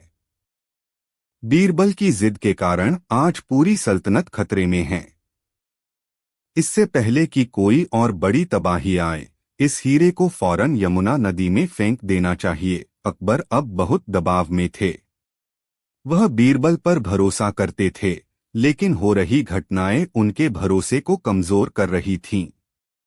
उन्होंने बीरबल को दरबार में बुलाया। बीरबल, तुम देख रहे हो क्या हो रहा है? अकबर ने कठोर स्वर में पूछा। खजांची का गिरना, अस्तबल में आग, और अब यह विद्रोह की खबर। लोग कहते हैं यह सब उस श्रापित हीरे का काम है। तुम्हारा क्या कहना है? बीरबल ने शांत भाव से उत्तर दिया। आलमपनाह, घटनाएं हो रही हैं, यह सच है। लेकिन उन्हें किसी श्राप से जोड़ना जल्दबाजी होगी। हर घटना के पीछे कोई न कोई तार्किक कारण जरूर होता है। मुझे बस 3 दिन का समय दीजिए। मैं आपको इन सभी घटनाओं के पीछे की सच्चाई लाकर दूंगा। अगर मैं ऐसा नहीं कर पाया तो आप जो सजा देंगे मुझे मंजूर होगी, और आप उस हीरे के साथ जो चाहे कर सकते हैं। अकबर ने बीरबल की आंखों में वही पुराना आत्मविश्वास देखा। उन्होंने एक गहरी सांस ली और कहा, ठीक है, हम तुम्हें 3 दिन का समय देते हैं। लेकिन याद रखना, अगर तुम नाकाम रहे तो परिणाम अच्छे नहीं होंगे। बीरबल ने अपना काम शुरू कर दिया। वह सबसे पहले उस खजांची से मिलने गए जिसकी टांग टूटी थी। खजांची ने बताया कि वह तिजोरी के पास संगमरमर के फर्श पर फिसल गया था। बीरबल ने उस जगह की बारीकी से जांच की। उन्हें फर्श पर एक अजीब सी चिकनाहट महसूस हुई, जैसे किसी ने वहां तेल या कोई चिकना पदार्थ गिराया हो। इसके बाद वह जले हुए अस्तबल पहुंचे। उन्होंने राख और मलबे की घंटों तक छानबीन की। अस्तबल के पीछे की दीवार के पास उन्हें कपड़े का एक छोटा सा जला हुआ टुकड़ा मिला। वह कपड़ा आम भारतीय कपड़ों जैसा नहीं था, उसका डिजाइन और बुनावट कुछ अलग थी। अंत में उन्होंने अपने सबसे तेज जासूसों को उस सूबे में भेजा जहां विद्रोह की खबर आई थी। उन्होंने जासूसों को निर्देश दिया कि वे यह पता लगाएं कि यह खबर सबसे पहले किसने और कैसे फैलाई। 3 दिन बाद दरबार फिर से लगा। माहौल में एक तनाव था। सबकी नजरें बीरबल पर थीं। बीरबल ने बादशाह के सामने आकर कहा, आलमपनाह, मैंने अपनी जांच पूरी कर ली है, और सच यह है कि यह किसी श्राप या बुरी आत्मा का काम नहीं, बल्कि इंसानी दिमाग की एक सोची समझी साजिश है। पूरा दरबार चौंक गया। बीरबल ने अपनी बात आगे बढ़ाई। खजांची सीढ़ियों से नहीं, बल्कि चिकने फर्श पर फिसलने से गिरा, जहां जानबूझकर तेल गिराया गया था। अस्तबल में आग अपने आप नहीं लगी, बल्कि लगाई गई थी, और यह उस ईरानी कपड़े का टुकड़ा है जो आग लगाने वाले का सबूत है। बीरबल ने अपने हाथ में वह जला हुआ कपड़ा दिखाते हुए कहा। उन्होंने ईरानी दूत मिर्जा असलम बेग को, जिसे विशेष रूप से दरबार में बुलाया गया था, उस कपड़े को देखने के लिए कहा। मिर्जा का चेहरा पीला पड़ गया, क्योंकि वह कपड़ा उसके एक सेवक की पोशाक का था। बीरबल ने अपनी अंतिम और सबसे बड़ी बात कही, और जहां तक सूबे में विद्रोह की खबर है, मेरे जासूसों ने पता लगाया है कि यह खबर झूठी है। वहां सब कुछ शांत है। इस अफवाह को जानबूझकर फैलाया गया था ताकि आपको यकीन हो जाए कि सल्तनत पर सच में कोई मुसीबत आ गई है। अकबर गुस्से से खड़े हो गए। लेकिन कोई ऐसा क्यों करेगा, बीरबल? इस साजिश के पीछे कौन है? बीरबल ने सीधे मिर्जा असलम बेग की ओर इशारा करते हुए कहा। इस साजिश के पीछे ईरान के शाह और उनके यह दूत। अकबर और बीरबल के मजेदार किस्से। मीठी सजा। मुगल सल्तनत की राजधानी आगरा में उस दिन सुबह कुछ अलग ही थी। यमुना नदी पर पड़ती सूरज की पहली किरणें सोने की तरह चमक रही थीं, और ठंडी हवा के झोंके शाही बागों से फूलों की मीठी खुशबू लेकर आ रहे थे। दीवाने खास में महफिल जमी थी। शहंशाह जलालुद्दीन मोहम्मद अकबर अपने आलीशान सिंहासन पर विराजमान थे, और उनका चेहरा एक खास चमक से दमक रहा था। आज उनका मिजाज बेहद खुशगवार था, और दरबार में राजकाज की गंभीर बातों की जगह हंसी मजाक और शेरो शायरी का दौर चल रहा था। दरबार के सभी नवरत्न मौजूद थे, लेकिन बादशाह की शरारत भरी नजरें बार बार अपने सबसे प्रिय और बुद्धिमान सलाहकार बीरबल को ढूंढ रही थीं। बीरबल, जो हमेशा की तरह अपनी सादगी और शांत स्वभाव के साथ एक कोने में खड़े थे, जानते थे कि बादशाह के मन में जरूर कोई नई पहेली या शरारत सूझ रही है। तभी अकबर ने अपने एक मंत्री मुल्ला दो प्याजा की उंगली में चमक रही एक खूबसूरत पन्ने की अंगूठी देखी। मुल्ला अपनी उस अंगूठी पर बड़ा इतराते थे, और अक्सर बातों बातों में उसे दिखाकर अपनी अमीरी का रौब झाड़ते थे। अकबर ने अचानक मुल्ला को अपने पास बुलाया। मुल्ला जी, आपकी यह अंगूठी तो बड़ी नायाब लगती है। क्या हम इसे देख सकते हैं? मुल्ला खुशी से फूले नहीं समाये कि बादशाह ने खुद उनकी अंगूठी की तारीफ की। उन्होंने फौरन अंगूठी उतारकर बादशाह के हाथों में रख दी। अकबर ने अंगूठी को घुमा फिरा कर देखा, उसकी तारीफ की और फिर बड़ी सफाई से उसे अपनी मुट्ठी में बंद करके अपनी जेब में रख लिया। मुल्ला और बाकी दरबारी हक्के बक्के रह गए। यह क्या जहांपनाह? मुल्ला ने कांपती हुई आवाज में पूछा। अकबर ने बड़ी मासूमियत से कंधे उचकाते हुए कहा, हमें यह अंगूठी बहुत पसंद आई, इसलिए हमने इसे रख लिया। मुल्ला का चेहरा उतर गया। वह कुछ बोल भी नहीं सकते थे। आखिर मामला खुद शहंशाह का था। दरबार में एक अजीब सी खामोशी छा गई। सब समझ गए थे कि यह बादशाह की कोई लीला है। अकबर ने चारों ओर देखा, और फिर उनकी नजरें बीरबल पर आकर रुक गईं। बीरबल, बादशाह ने अपनी गद्दी पर तनकर बैठते हुए अपनी रोबदार आवाज में कहा, आप इस सल्तनत के मुख्य न्यायाधीश भी हैं। आज आपके सामने एक मुजरिम खड़ा है। मैंने, शहंशाह हिंद ने भरे दरबार में अपने एक मंत्री की अंगूठी पर हाथ साफ किया है। यानी मैंने चोरी की है। यह सुनकर दरबार में दबी हुई हंसी की लहर दौड़ गई। अकबर ने गंभीरता का नकाब ओढ़ते हुए कहा, चोरी एक संगीन जुर्म है, और मुजरिम चाहे कोई भी हो, उसे सजा मिलनी चाहिए। इसलिए बीरबल, हम तुम्हें हुक्म देते हैं कि तुम हमारे लिए एक सजा तय करो। लेकिन हमारी दो शर्तें हैं। बीरबल ने अदब से सिर झुकाया। हुक्म कीजिए आलमपनाह। हमारी पहली शर्त यह है, अकबर ने अपनी उंगली उठाते हुए कहा, कि सजा ऐसी होनी चाहिए जिससे मुल्ला जी पूरी तरह से संतुष्ट हो जाएं। उन्हें लगना चाहिए कि उनके साथ पूरा पूरा इंसाफ हुआ है। और दूसरी शर्त? बीरबल ने पूछा। दूसरी और सबसे जरूरी शर्त यह है, अकबर ने अपनी आंखों में शरारत की चमक के साथ कहा, कि सजा ऐसी होनी चाहिए जिससे हमें, यानी मुजरिम को, खुशी मिले। हमें उस सजा को भुगतने में मजा आना चाहिए। वह हमारे लिए एक तोहफे जैसी होनी चाहिए। अब पूरा दरबार सन्न रह गया। यह कैसी पहेली थी? एक ऐसी सजा जो पीड़ित को इंसाफ दिलाए और अपराधी को खुशी दे। यह तो नामुमकिन था। सजा तो दुख देने के लिए होती है, खुशी देने के लिए नहीं। मुल्ला दो प्याजा और बीरबल से जलने वाले दूसरे मंत्री मन ही मन बहुत खुश हुए। उन्हें लगा कि आज बीरबल ऐसी उलझन में फंसे हैं जिससे निकलना नामुमकिन है। आज तो उनकी अक्लमंदी की पोल खुल ही जाएगी। मुल्ला ने सोचा, अगर बीरबल बादशाह को खुश करने वाली कोई सजा सुनाते हैं तो मैं कहूंगा कि मुझे इंसाफ नहीं मिला, और अगर वह मुझे खुश करने वाली कोई कठोर सजा सुनाते हैं तो बादशाह नाराज हो जाएंगे। बीरबल, आज तुम गए काम से। बीरबल ने एक पल के लिए अपनी आंखें बंद कीं। उनके चेहरे पर शांति थी, जैसे वह किसी गहरे समंदर में गोता लगा रहे हों।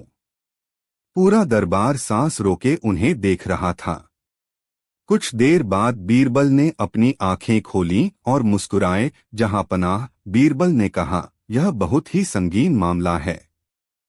मुझे इसके हर पहलू पर सोचने के लिए और सल्तनत के कानून की किताबों को पलटने के लिए थोड़ा समय चाहिए होगा। अगर आप इजाजत दें तो मैं कल सुबह अपनी सजा सुनाना चाहूंगा। अकबर को भी यह खेल लंबा खींचने में मजा आ रहा था। उन्होंने कहा, ठीक है बीरबल, हम तुम्हें 24 घंटे का समय देते हैं। कल इसी समय, इसी महफिल में हम सब तुम्हारे फैसले का इंतजार करेंगे। वह रात बीरबल के दुश्मनों के लिए जश्न की रात थी। वे सब मिलकर योजना बना रहे थे कि कल बीरबल की नाकामी पर कैसे जश्न मनाएंगे। वहीं दूसरी ओर बीरबल अपने घर में आराम से अपने छोटे बेटे के साथ खेल रहे थे, जैसे कुछ हुआ ही न हो। अगली सुबह दरबार फिर से लगा। आज दरबार में तिल रखने की भी जगह नहीं थी। आम लोग भी यह खबर सुनकर दरबार के बाहर जमा हो गए थे कि आज बीरबल बादशाह अकबर को सजा सुनाने वाले हैं। अकबर अपने सिंहासन पर विराजमान थे और मुल्ला दो प्याजा पीड़ित की तरह मुंह लटकाए खड़े थे।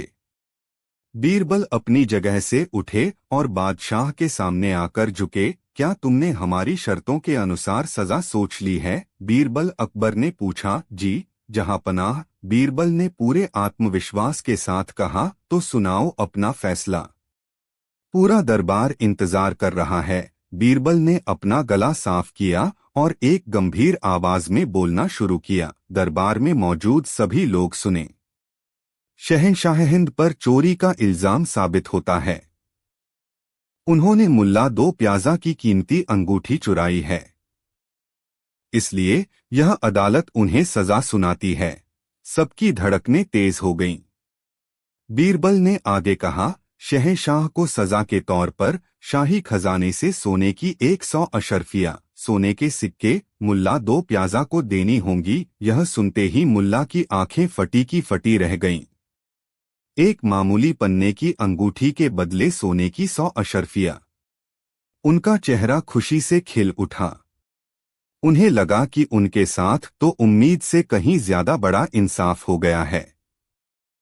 वह मन ही मन बीरबल की तारीफ करने लगे। बादशाह की पहली शर्त पूरी हो चुकी थी। पीड़ित पूरी तरह संतुष्ट था।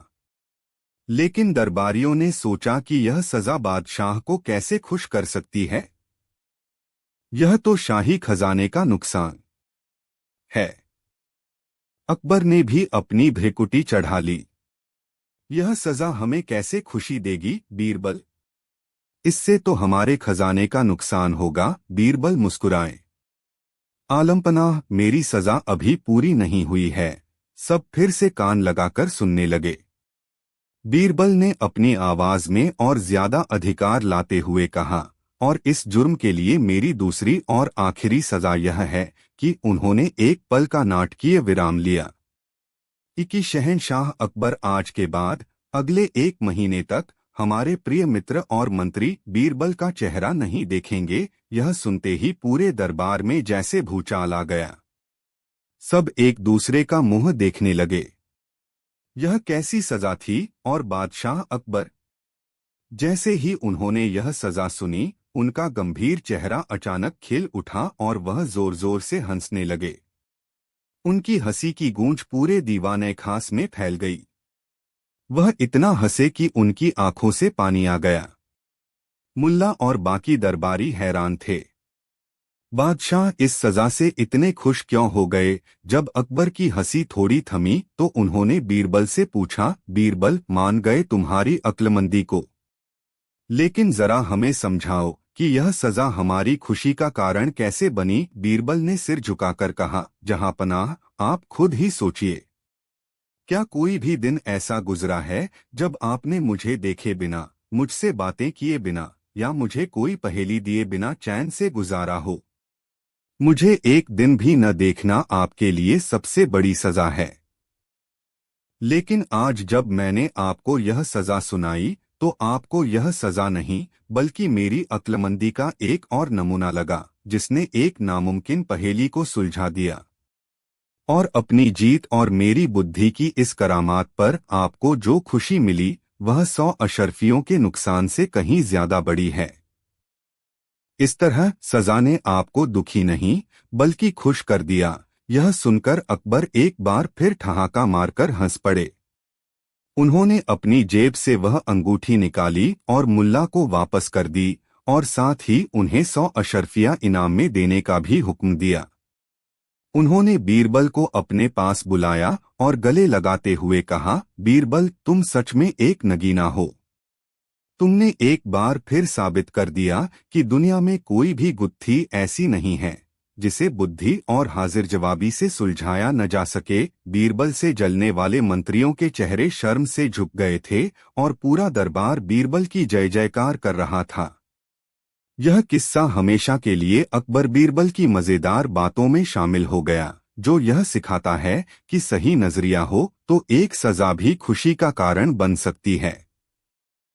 बीरबल की अक्लमंदी, न्याय की जादुई छड़ी। आगरा में सर्दियों की एक सुबह थी जब सूरज की किरणें यमुना के पानी पर सोने की तरह चमक रही थीं। मुगल सल्तनत की राजधानी में सब कुछ शांत था, लेकिन शाही दरबार में आज माहौल कुछ गंभीर था। बादशाह जलालुद्दीन मोहम्मद अकबर अपने आलीशान सिंहासन पर विराजमान थे। उनकी रेशमी पोशाक और कीमती जवाहरात उनकी शाही शान को बयां कर रहे थे, लेकिन उनके चेहरे पर चिंता की लकीरें साफ थीं।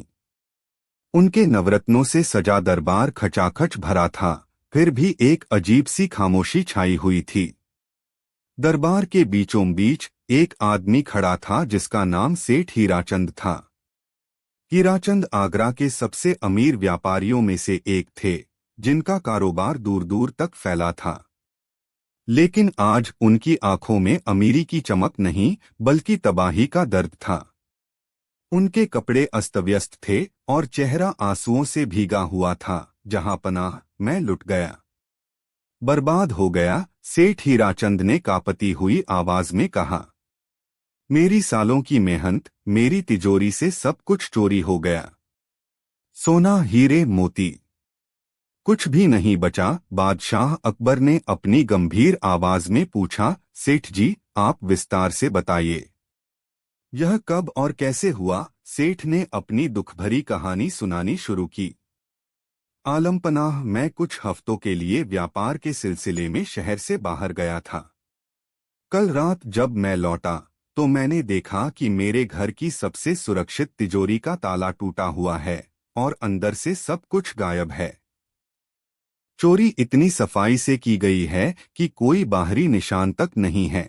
अकबर के एक मंत्री ने पूछा, क्या आपको किसी पर शक है? सेठ जी, सेठ हीराचंद ने एक गहरी सांस ली और दुखी मन से कहा, यही तो सबसे बड़ी पीड़ा है हुजूर। मुझे यकीन है कि यह काम मेरे 10 नौकरों में से ही किसी एक का है। वे सभी सालों से मेरे साथ काम कर रहे हैं और मैं उन पर अपने परिवार की तरह भरोसा करता था। घर की हर चीज, हर कोने के बारे में सिर्फ उन्हें ही पता था। किसी बाहरी व्यक्ति के लिए उस तिजोरी तक पहुंचना नामुमकिन था। बादशाह ने अपनी भ्रिकुटी चढ़ाते हुए कहा, तो फिर उन नौकरों से पूछताछ क्यों नहीं की गई? उन्हें फौरन गिरफ्तार किया जाए। सेठ ने हाथ जोड़कर कहा, जहां पनाह, मैंने उन सब से पूछा, लेकिन हर कोई कसम खा रहा है कि उसने चोरी नहीं की। वे सभी रो रहे हैं और अपनी बेगुनाही की दुहाई दे रहे हैं। मेरे पास किसी के खिलाफ कोई सबूत नहीं है। अगर मैं किसी एक बेगुनाह को सजा दिलवा दूं, तो यह उससे भी बड़ा पाप होगा। यह एक बहुत ही पेचीदा मामला था। चोर घर का ही था, लेकिन कौन, यह पता लगाना भूसे के ढेर में सुई खोजने जैसा था। दरबार में बैठे सभी मंत्री और सलाहकार एक दूसरे का मुंह देखने लगे, लेकिन किसी के पास इस समस्या का कोई हल नहीं था। तभी बादशाह अकबर की नजरें दरबार के एक कोने में शांत खड़े बीरबल पर पड़ी। बीरबल, जो अपनी बुद्धिमानी और हाजिर जवाबी के लिए पूरे हिंदुस्तान में मशहूर थे, चेहरे पर एक हल्की सी मुस्कान लिए सब कुछ सुन रहे थे। उन्हें देखकर अकबर को सुकून मिला। उन्हें पता था कि जहां सबकी अक्ल काम करना बंद कर देती है, वहां बीरबल का दिमाग चलना शुरू होता है। बीरबल, बादशाह अकबर ने पुकारा, इस मामले पर आपकी क्या राय है? क्या हम असली चोर को पकड़ सकते हैं? बीरबल ने अदब से झुककर सलाम किया और बोले, आलमपनाह, हर समस्या का कोई न कोई हल जरूर होता है। बस देखने का नजरिया अलग होना चाहिए। अगर आप इजाजत दें, तो मैं इस मामले की जांच करना चाहूंगा। अकबर ने राहत की सांस ली। हमें आप पर पूरा भरोसा है, बीरबल। जाइए और इस गुत्थी को सुलझाइए। असली चोर को हमारे सामने पेश कीजिए। बीरबल ने सेठ हीराचंद की तरफ देखा और कहा, सेठ जी, आप मुझे अपने घर ले चलिए। मैं आपके सभी नौकरों से मिलना चाहता हूँ। सेठ हीराचंद बीरबल को लेकर अपनी आलीशान हवेली पहुंचे। हवेली के आंगन में 10 नौकर सहमे हुए खड़े थे। उनकी आंखों में डर और अनिश्चितता साफ झलक रही थी। बीरबल ने एक एक कर सबको ध्यान से देखा। हर चेहरे पर अलग अलग भाव थे। कोई गुस्से में था, कोई डरा हुआ, तो कोई बहुत ही शांत और संयमित दिखने की कोशिश कर रहा था। बीरबल ने किसी से कोई सवाल नहीं पूछा। उन्होंने बस इतना कहा, तुम सब सेठ जी के वफादार सेवक हो। मुझे यकीन है कि तुम में से ज्यादातर बेकसूर हैं, लेकिन चोर तुम में से ही एक है। मैं सच जानना चाहता हूं, क्योंकि अगर सच सामने नहीं आया तो इस चोरी का इल्जाम तुम सब पर बराबर बंटेगा। यह सुनकर सभी नौकर एक दूसरे को देखने लगे। फिर बीरबल ने एक अजीब सी घोषणा की। उन्होंने अपने सहायक को बाजार से एक ही आकार और लंबाई की 10 लकड़ी की छड़ियां लाने को कहा। जब छड़ियां आ गईं, तो बीरबल ने हर एक नौकर को एक एक छड़ी पकड़ा दी। वे बोले, ये कोई मामूली छड़ियां नहीं हैं, ये जादुई छड़ियां हैं। यह सुनकर सभी नौकर हैरान रह गए। बीरबल ने अपनी बात जारी रखी, आज रात तुम सब यह छड़ी अपने पास रखकर सोओगे। जिसने चोरी की है, उसकी छड़ी रात भर में ठीक 2 इंच लंबी हो जाएगी। 1-2, लेकिन जो बेगुनाह है, उसकी छड़ी जैसी है वैसी ही रहेगी। कल सुबह मैं फिर आऊंगा और तुम सबकी छड़ियां देखूंगा। जिसकी छड़ी लंबी मिलेगी वही चोर होगा। यह कहकर बीरबल वहां से चले गए और सभी नौकरों को उनकी छड़ियों के साथ छोड़ दिया। उन 10 नौकरों के मन में अब उथल पुथल मची हुई थी। जो बेगुनाह थे, वे तो निश्चिंत थे। उन्हें पता था कि उन्होंने कुछ गलत नहीं किया है, इसलिए उनकी छड़ी नहीं बढ़ेगी। उन्होंने अपनी अपनी छड़ी अपने कमरे में रख दी और चैन की नींद सो गए। लेकिन उन 10 में से एक नौकर, जिसका नाम राम सिंह था, वही असली चोर था। जैसे ही उसने बीरबल की बात सुनी, उसके तो होश ही उड़ गए। उसके दिल की धड़कनें तेज हो गईं और माथे पर पसीना आ गया। उसने बड़ी चालाकी से चोरी की थी और सोचा था कि वह कभी पकड़ा नहीं जाएगा। लेकिन अब यह जादुई छड़ी उसकी सारी योजना पर पानी फेरने वाली थी। रात हुई। हवेली में सब सो गए, लेकिन राम सिंह की आंखों में नींद कहाँ। वह अपने बिस्तर पर करवटें बदलता रहा। छड़ी उसके सिरहाने रखी थी और उसे लग रहा था जैसे वह कोई सांप हो जो उसे डसने वाला है। उसके मन में तरह तरह के ख्याल आने लगे, यह कैसी मुसीबत है। क्या सच में यह छड़ी जादुई है? अगर यह सच में 2 इंच लंबी हो गई तो सुबह मैं क्या करूंगा? बीरबल मुझे पकड़ लेंगे और बादशाह मुझे फांसी पर चढ़ा देंगे। उसने छड़ी को हाथ में उठाया और अंधेरे में उसे घूरने लगा। उसे लगा जैसे छड़ी धीरे धीरे बढ़ रही है। डर के मारे उसका पूरा शरीर कांपने लगा। नहीं नहीं, मैं ऐसा नहीं होने दे सकता, उसने खुद से कहा। मुझे कुछ करना होगा। तभी उसके शैतानी दिमाग में एक विचार कौंधा, क्यों न मैं इस छड़ी को पहले से ही 2 इंच छोटा कर दूं, उसने सोचा। अगर यह रात में 2 इंच बढ़ेगी भी तो सुबह तक वापस अपनी असली लंबाई पर आ जाएगी और मैं बाकी नौकरों के साथ बेगुनाह साबित हो जाऊंगा। वाह, क्या तरकीब है। बीरबल भी मेरी अक्लमंदी को नहीं पकड़ पाएगा। अपने इस विचार से वह बहुत खुश हुआ। उसने सोचा कि उसने बीरबल को भी मात दे दी है। वह उठा, एक आरी ली और बड़ी सावधानी से अपनी छड़ी को नीचे से ठीक 2 इंच काट दिया। अब उसकी छड़ी बाकी 9 छड़ियों से छोटी हो गई थी। वह कटे हुए टुकड़े को छिपाकर वापस बिस्तर पर लेट गया। अब उसे थोड़ी शांति मिली और जल्द ही वह सो गया। अगली सुबह जैसा कि तय था, बीरबल सेठ हीराचंद की हवेली पहुंचे। आंगन में फिर से वही 10 नौकर अपनी अपनी छड़ियों के साथ कतार में खड़े थे। जो बेगुनाह थे, उनके चेहरे पर आत्मविश्वास था। लेकिन राम सिंह यह सोचकर मुस्कुरा रहा था कि उसकी चालाकी काम कर गई। बीरबल ने एक एक करके सबकी छड़ी देखनी शुरू की। उन्होंने पहले नौकर की छड़ी देखी, उसे नापा और फिर दूसरे की। ऐसे करते करते वह 9वें नौकर तक पहुंचे। सभी 9 छड़ियां बिल्कुल बराबर थीं। अब बारी राम सिंह की थी। जैसे ही बीरबल ने उसकी छड़ी हाथ में ली, उनके चेहरे पर एक विजी मुस्कान फैल गई। राम सिंह की छड़ी बाकी सभी छड़ियों से 2 इंच छोटी थी। 5 चोर पकड़ा गया, बीरबल ने जोर से घोषणा की और राम सिंह की ओर इशारा किया। यही है वह चोर। 5 राम सिंह हक्का बक्का रह गया। वह समझ नहीं पा रहा था कि यह कैसे हुआ। उसने तो सोचा था कि छड़ी लंबी होगी, पर यह तो छोटी निकली। सेठ हीराचंद और बाकी नौकर भी हैरान थे।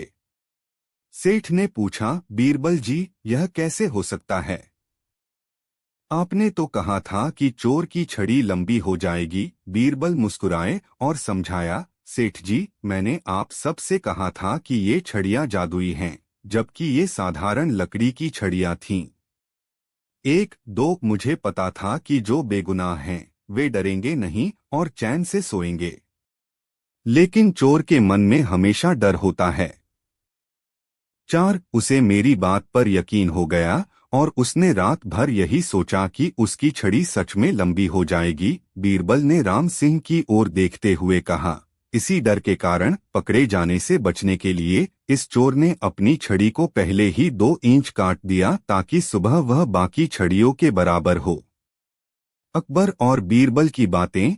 सल्तनत के सबसे बड़े मूर्ख मुगल सल्तनत का सूरज अपनी पूरी आबोताब के साथ चमक रहा था और आगरा के शाही महल में जिंदगी अपनी सामान्य गति से चल रही थी। शाम का समय था।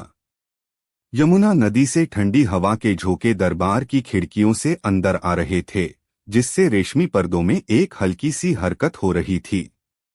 चारों ओर गुलाब और चमेली के इत्र की महक फैली हुई थी। बादशाह अकबर अपने तख्ते ताउस मयूर सिंहासन पर विराजमान थे, लेकिन आज उनका मन किसी गंभीर राजकाज के मामले में नहीं, बल्कि कुछ हल्का फुल्का सोचने में लगा था। दरबार खचाखच भरा हुआ था।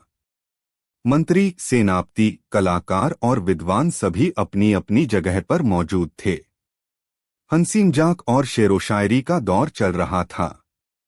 तभी बादशाह अकबर ने अपने सबसे प्रिय और बुद्धिमान सलाहकार बीरबल की ओर देखा, जो हमेशा की तरह शांत और संयमित भाव से खड़े थे। अकबर के मन में हमेशा बीरबल की बुद्धि की परीक्षा लेने की एक चुलबुली इच्छा रहती थी। बीरबल, बादशाह ने अपनी रोबदार आवाज में कहा, जिससे पूरे दरबार में एक पल के लिए खामोशी छा गई। हमारी सल्तनत बहुत बड़ी है। यहाँ हर तरह के लोग रहते हैं, बुद्धिमान, चालाक, बहादुर और मेहनती। लेकिन हम यह जानना चाहते हैं कि हमारी इस सल्तनत में मूर्ख लोग कितने हैं। बीरबल ने विनम्रता से सिर झुकाते हुए कहा, आलमपनाह, यह तो गिनना बहुत मुश्किल है। दुनिया में बुद्धिमान लोगों से ज्यादा तो मूर्ख ही बसते हैं। दरबार में बैठे कुछ मंत्री, जो बीरबल से जलते थे, मुस्कुराने लगे। उन्हें लगा कि आज बीरबल फंस गए। अकबर ने मुस्कुराते हुए कहा, हम जानते हैं कि यह मुश्किल है, इसीलिए तो यह काम हम तुम्हें सौंप रहे हैं। हम चाहते हैं कि तुम जाओ और हमारी सल्तनत के 6 सबसे बड़े मूर्खों को ढूंढकर हमारे सामने पेश करो। इसके लिए हम तुम्हें 1 महीने का समय देते हैं। यह सुनकर पूरा दरबार सन्न रह गया। यह कैसा शाही हुक्म था? मूर्खों को ढूंढना और उन्हें दरबार में पेश करना। यह तो भूसे के ढेर में सुई खोजने से भी ज्यादा मुश्किल काम था। बीरबल से जलने वाले मंत्री मन ही मन खुश हो रहे थे कि इस बार बीरबल की अक्लमंदी काम नहीं आएगी और उन्हें बादशाह के गुस्से का सामना करना पड़ेगा। लेकिन बीरबल के चेहरे पर चिंता की कोई लकीर नहीं थी। उन्होंने एक बार फिर सिर झुकाया और कहा, जो हुक्म जहांपना। आपका हुक्म सर आंखों पर। मैं कल सुबह ही इस काम के लिए निकल जाऊंगा। अगली सुबह बीरबल ने अपना कीमती शाही लिबास उतारा और एक साधारण व्यापारी का भेष बनाया। उन्होंने अपनी पहचान छिपा ली और आगरा की गलियों और बाजारों में घूमने लगे। दिन बीतते गए, हफ्ते बीतते गए। बीरबल गांव-गांव, शहर-शहर घूमे। उन्होंने हजारों लोगों से बातें की, उनके कामकाज को देखा और उनके व्यवहार को परखा। उन्हें कई ऐसे लोग मिले जो अजीबोगरीब हरकतें करते थे, लेकिन बीरबल को सबसे बड़े मूर्ख की तलाश थी। एक दिन जब बीरबल एक गांव से गुजर रहे थे, तो उन्होंने एक बहुत ही अजीब नजारा देखा। एक आदमी एक गधे पर बैठा था, लेकिन अपने सिर पर लकड़ियों का एक भारी गट्ठर रखे हुए था। बीरबल को यह देखकर बड़ी हैरानी हुई। वह उस आदमी के पास गए और पूछा, भाई साहब, आप यह क्या कर रहे हैं?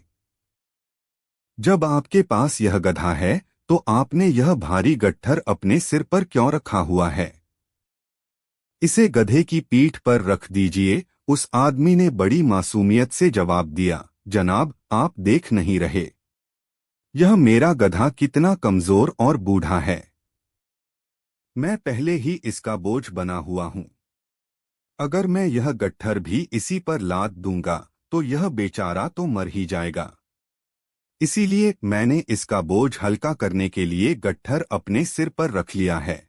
बीरबल अपना सिर पकड़कर रह गए। वह समझ गए कि उन्हें अपना पहला मूर्ख मिल गया है। उन्होंने उस आदमी को कुछ इनाम का लालच दिया और उसे अपने साथ चलने के लिए मना लिया। कुछ दिन और घूमने के बाद बीरबल एक शहर पहुंचे। रात का समय था। उन्होंने देखा कि सड़क के किनारे, जहां एक ही लालटेन जल रही थी, एक आदमी बड़ी बेचैनी से जमीन पर कुछ ढूंढ रहा था। बीरबल ने उससे पूछा, क्या हुआ भाई? क्या कुछ खो गया है? उस आदमी ने परेशान होकर कहा, हाँ, मेरी सोने की अंगूठी कहीं गिर गई है। वही ढूंढ रहा हूं। बीरबल ने पूछा, क्या अंगूठी यहीं पर गिरी थी? उस आदमी ने जवाब दिया, नहीं, गिरी तो उस अंधेरी गली में थी, लेकिन वहां रोशनी नहीं है, तो मैं उसे कैसे ढूंढता? यहाँ लालटेन की रोशनी है, इसलिए यहीं ढूंढ रहा हूँ। शायद यहीं मिल जाए। यह सुनकर बीरबल मुस्कुराए। उन्हें अपना दूसरा मूर्ख भी मिल गया था, जो समस्या का समाधान वहां ढूंढ रहा था जहां समाधान था ही नहीं, बल्कि जहां सुविधा थी। बीरबल ने उसे भी अपने साथ ले लिया।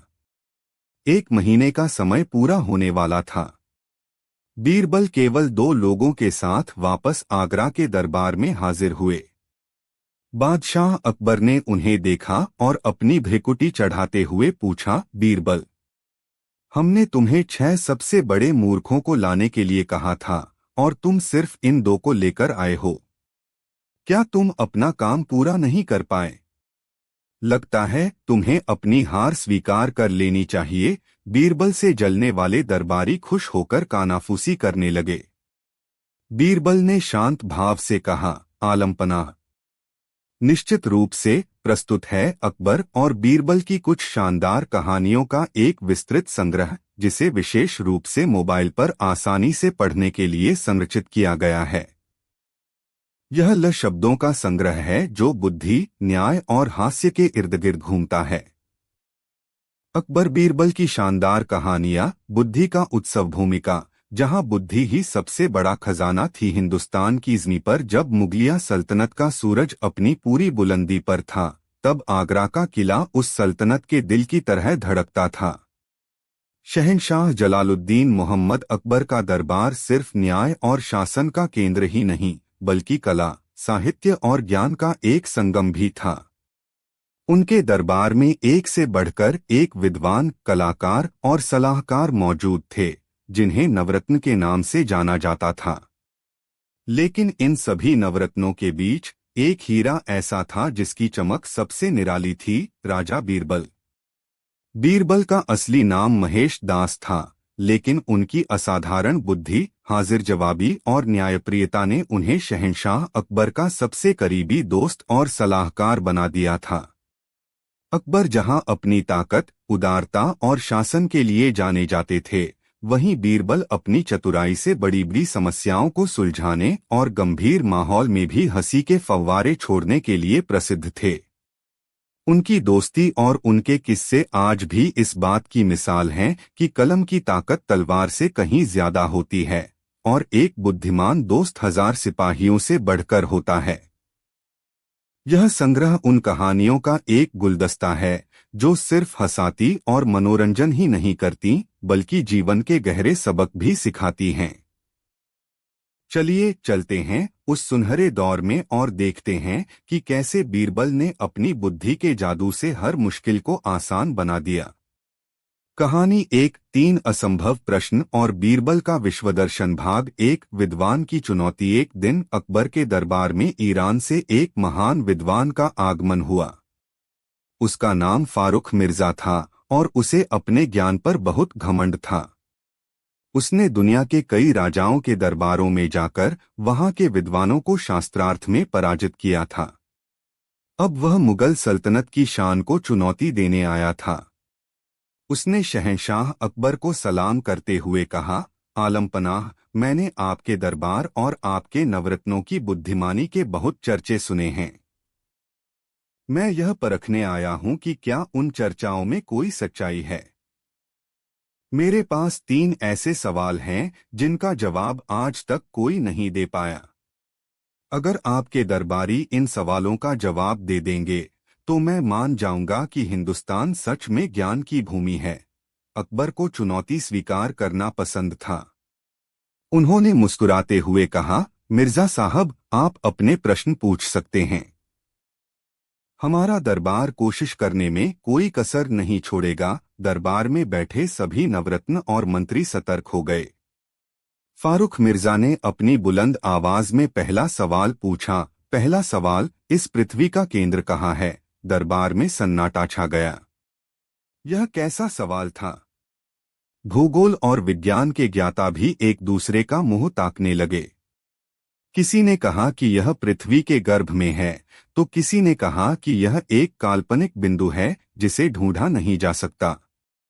लेकिन कोई भी ठोस जवाब नहीं दे सका। फारूक मिर्जा घमंड से मुस्कुराया और दूसरा सवाल पूछा। दूसरा सवाल, आसमान में कुल कितने तारे हैं? यह सवाल सुनकर तो सब चकरा गए। खगोल शास्त्री भी शर्मिंदा हो गए। एक मंत्री ने कहा, यह गिनना असंभव है। दूसरे ने कहा, अनगिनत। विद्वान ने उपहास करते हुए कहा, अगर जवाब नहीं पता तो कह दीजिए। अनगिनत तो कोई जवाब नहीं हुआ। अकबर का चेहरा थोड़ा गंभीर हो गया। उन्हें अपने दरबार की प्रतिष्ठा दांव पर लगी महसूस हो रही थी। अब फारूक मिर्जा ने अपना अंतिम और सबसे कठिन सवाल दागा। तीसरा और आखिरी सवाल, इस समय ईश्वर क्या कर रहा है? अब तो हद हो गई। यह एक ऐसा प्रश्न था जिसका उत्तर देना किसी इंसान के बस में नहीं था। मुल्ला मौलवी और पंडित भी सिर झुकाकर खड़े हो गए। उन्हें लगा कि आज दरबार की बहुत बेइज्जती होगी। अकबर की नजरें बेचैनी से बीरबल को ढूंढ रही थीं, जो हमेशा की तरह शांत भाव से सब कुछ देख रहे थे। भाग 2, बीरबल का उत्तर। अकबर ने निराश होकर बीरबल की ओर देखा। बीरबल, क्या तुम्हारे पास इन प्रश्नों का कोई उत्तर है? बीरबल अपनी जगह से उठे, शहंशाह को सलाम किया और फिर उस ईरानी विद्वान की ओर मुड़कर बोले, विद्वान महोदय, आपके प्रश्न जितने गहरे हैं, उनके उत्तर उतने ही सरल हैं। लेकिन उत्तरों के लिए आपको मेरे साथ वैसा ही करना होगा जैसा मैं कहूँ। फारूक मिर्जा ने अकड़कर कहा, ठीक है, बताओ तुम्हें क्या चाहिए? बीरबल ने पहले सवाल के जवाब के लिए कहा, पृथ्वी का केंद्र ठीक इसी जगह पर है जहां मैं खड़ा हूं। उन्होंने अपने हाथ की छड़ी को जमीन में गाड़ दिया और बोले, यही बिंदु पृथ्वी का केंद्र है। अगर आपको मेरी बात पर यकीन नहीं है तो आप पूरी पृथ्वी को किसी भी दिशा से नापकर देख सकते हैं। अगर 1 इंच का भी फर्क निकला तो मैं हार मान लूंगा। यह सुनकर विद्वान चकित रह गया। वह जानता था कि पृथ्वी को नापना असंभव है और बीरबल ने अपनी चतुराई से उसे निरुत्तर कर दिया था। दरबार में हल्की सी हंसी की लहर दौड़ गई। अब बीरबल ने दूसरे सवाल की ओर रुख किया। उन्होंने दरबार के एक सेवक को बुलवाया और हुक्म दिया, जाओ और महल के बाड़े में बंधी सबसे घने बालों वाली भेड़ को यहाँ ले आओ। कुछ ही देर में सेवक एक भेड़ लेकर आया। बीरबल ने विद्वान से कहा, आसमान में ठीक उतने ही तारे हैं जितने इस भेड़ के शरीर पर बाल हैं। अगर आपको संदेह है तो आप इत्मीनान से बैठकर गिन सकते हैं। अब तो पूरा दरबार ठहाकों से गूंज उठा। विद्वान का चेहरा शर्म से लाल हो गया। भेड़ के बाल गिनना भी उतना ही असंभव था जितना आसमान के तारे गिनना। अब बारी थी सबसे मुश्किल, तीसरे सवाल की। बीरबल का चेहरा गंभीर हो गया। उन्होंने विद्वान से कहा, आपके तीसरे प्रश्न का उत्तर थोड़ा गूढ़ है। इसका उत्तर देने के लिए मुझे आपके स्थान पर और आपको मेरे स्थान पर होना होगा। असल में इसका जवाब एक शिष्य अपने गुरु को नहीं दे सकता, बल्कि एक गुरु ही शिष्य को दे सकता है। फारूक मिर्जा कुछ समझ नहीं पाया। बीरबल ने आगे कहा, इस प्रश्न के उत्तर के लिए आपको मुझे अपना गुरु मानना होगा, और गुरु हमेशा ऊंचे आसन पर बैठता है। इसलिए आप कृपया मेरे स्थान पर आ जाइए और मुझे शहंशाह के सिंहासन पर बैठने की अनुमति दीजिए। अकबर बीरबल की चाल समझकर मुस्कुरा दिए। उन्होंने सिंहासन से उतरकर बीरबल को बैठने का इशारा किया। बीरबल शहंशाह के सिंहासन पर बैठ गए और फारूक मिर्जा दरबारियों के बीच खड़ा हो गया। अब बीरबल ने अपनी बुलंद और गंभीर आवाज में कहा, विद्वान, तुम पूछ रहे थे कि इस समय ईश्वर क्या कर रहा है, तो अपनी आंखों से देख लो।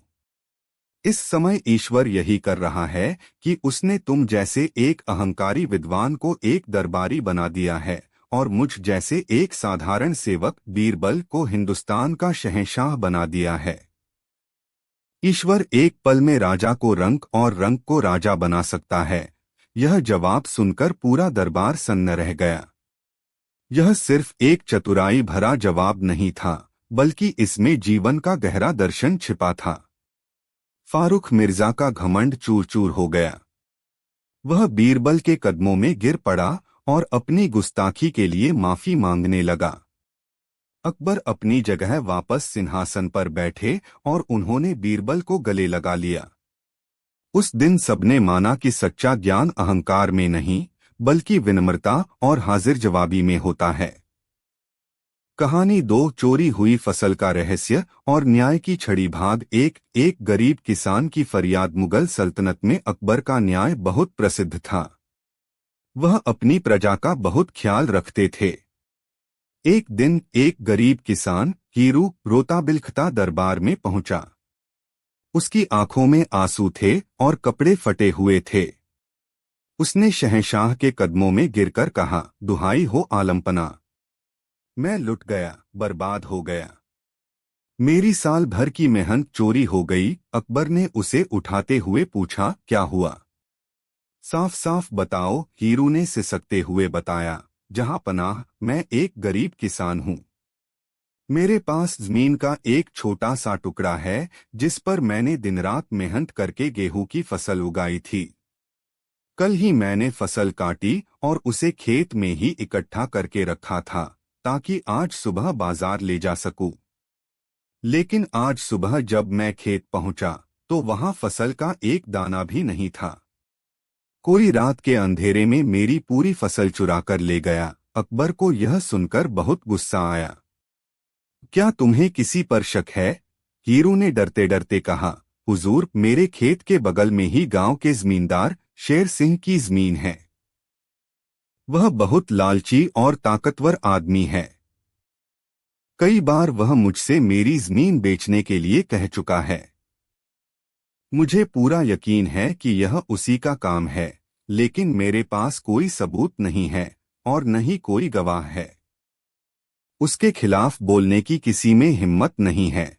अकबर ने तुरंत जमींदार शेर सिंह को दरबार में पेश करने का हुक्म दिया। शेर सिंह आया और उसने बड़ी सफाई से खुद को निर्दोष बताया। शहंशाह, यह किसान मुझसे जलता है, इसलिए मुझ पर झूठा इल्जाम लगा रहा है। मैं भला इसकी 2 बोरी फसल की चोरी क्यों करूंगा? मेरे पास तो सैकड़ों एकड़ जमीन है। अब मामला उलझ गया। एक तरफ एक गरीब किसान था जिसकी आंखों में सच्चाई थी और दूसरी तरफ एक अमीर जमींदार था जिसके पास अपनी बात को साबित करने के लिए रुतबा और ताकत थी। कोई गवाह नहीं, कोई सबूत नहीं। अकबर न्याय कैसे करते? उन्होंने अपनी सबसे भरोसेमंद निगाहों से बीरबल की ओर देखा। भाग 2। बीरबल की अनोखी अदालत। बीरबल ने आगे बढ़कर कहा, आलमपनाह, सच्चाई और झूठ इंसान की आंखों में नहीं बल्कि उसके कर्मों और मन में छिपे होते हैं। हमें सच्चाई को बाहर निकालने के लिए एक तरकीब लगानी होगी। बीरबल ने शहंशाह से अनुमति लेकर उस गांव के सभी लोगों को अगले दिन शाम को गांव के बाहर नदी के किनारे इकट्ठा होने का हुक्म दिया। उन्होंने शेर सिंह और हीरू को भी वहां मौजूद रहने को कहा। अगले दिन पूरा गांव नदी के किनारे जमा था। लोग हैरान थे कि बीरबल क्या करने वाले हैं। बीरबल अपने हाथ में एक गट्ठर लेकर आए। उन्होंने गट्ठर खोला और उसमें से एक बराबर आकार की लकड़ी की छड़ें निकाली। उन्होंने सभी प्रमुख लोगों को, जिसमें शेर सिंह भी शामिल था, एक एक छड़ी दी और अपनी गंभीर आवाज में बोले, ये कोई मामूली छड़ें नहीं हैं। ये न्याय की जादुई छड़ें हैं। जिसने भी हीरू की फसल चुराई है, उसकी छड़ी आज रात में अपने आप 1 इंच लंबी हो जाएगी। कल सुबह आप सब अपनी अपनी छड़ी लेकर दरबार में हाजिर होंगे। चोर का फैसला यह छड़ी खुद कर देगी। यह सुनकर सभी लोग हैरान हो गए। जमींदार शेर सिंह ने ऊपर से तो आत्मविश्वास दिखाया, लेकिन अंदर से वह घबरा गया। उसने ही चोरी की थी और अब उसे डर लगने लगा। अगर यह छड़ी सच में जादुई हुई तो? अगर यह 1 इंच लंबी हो गई तो मैं पकड़ा जाऊंगा। पूरी रात उसे नींद नहीं आई। वह बेचैनी से अपने कमरे में टहलता रहा। आधी रात को उसके शैतानी दिमाग में एक विचार आया, क्यों न मैं इस छड़ी को पहले से ही 1 इंच छोटा कर दूं। इस तरह जब यह सुबह तक 1 इंच लंबी होगी तो इसकी लंबाई बाकी सबकी छड़ों के बराबर हो जाएगी और कोई मुझे पकड़ नहीं पाएगा। यह सोचकर उसने आरी से अपनी छड़ी को 1 इंच काट दिया और फिर चैन की नींद सो गया। उसे लगा कि उसने बीरबल की चालाकी को भी मात दे दी है। भाग 3 चोर की दाढ़ी में तिनका। अगली सुबह दरबार फिर से लगा। गांव के सभी लोग अपनी अपनी छड़ियां लेकर कांपते हुए खड़े थे। बीरबल ने एक एक करके सबकी छड़ी देखना शुरू किया।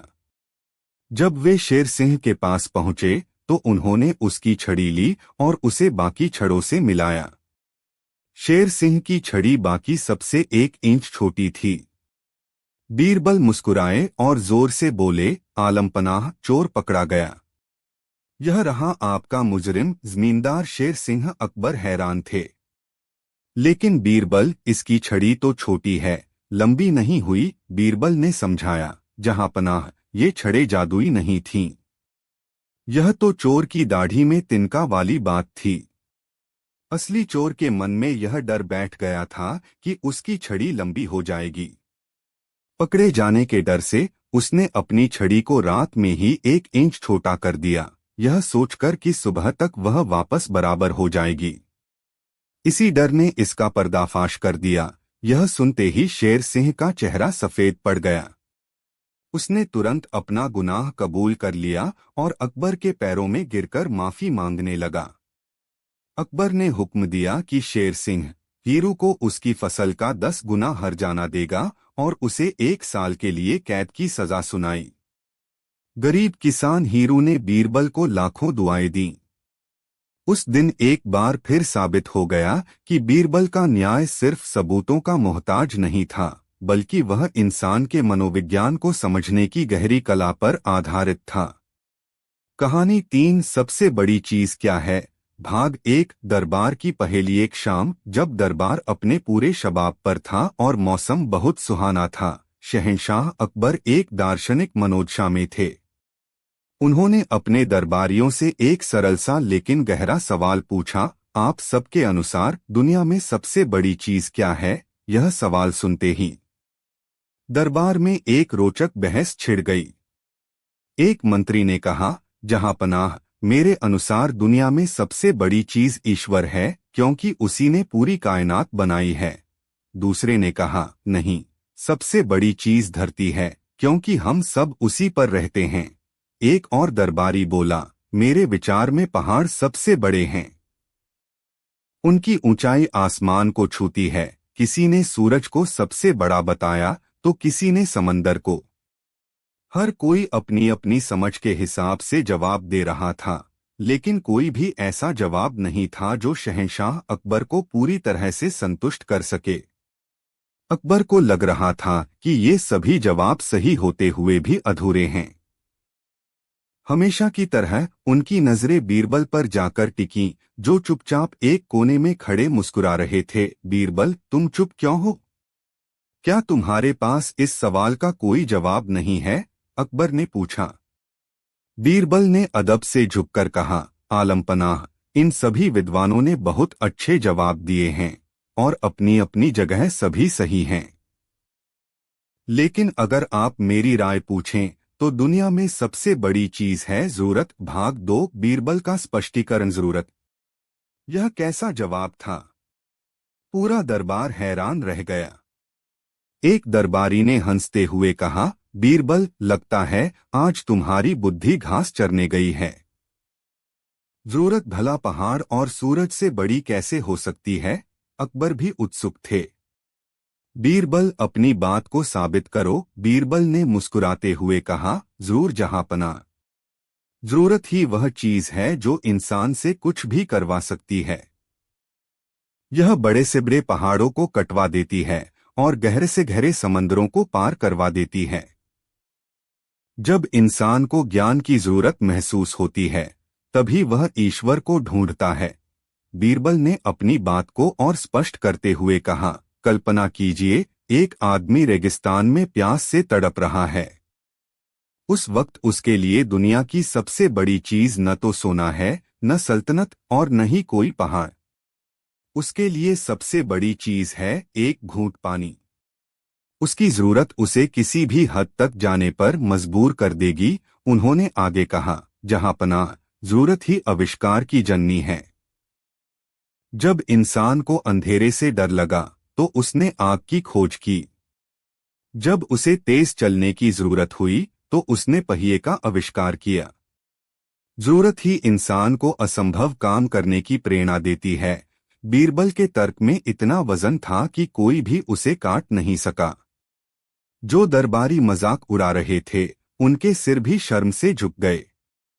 अकबर बीरबल के इस दार्शनिक उत्तर से बहुत प्रभावित हुए। उन्होंने माना कि बीरबल चीजों को एक अलग ही नजरिए से देखते हैं जो सतह के नीचे छिपे सच को उजागर कर देता है। उन्होंने खुश होकर कहा, वाह बीरबल, तुमने आज फिर साबित कर दिया कि तुम्हारी सोच कितनी गहरी है।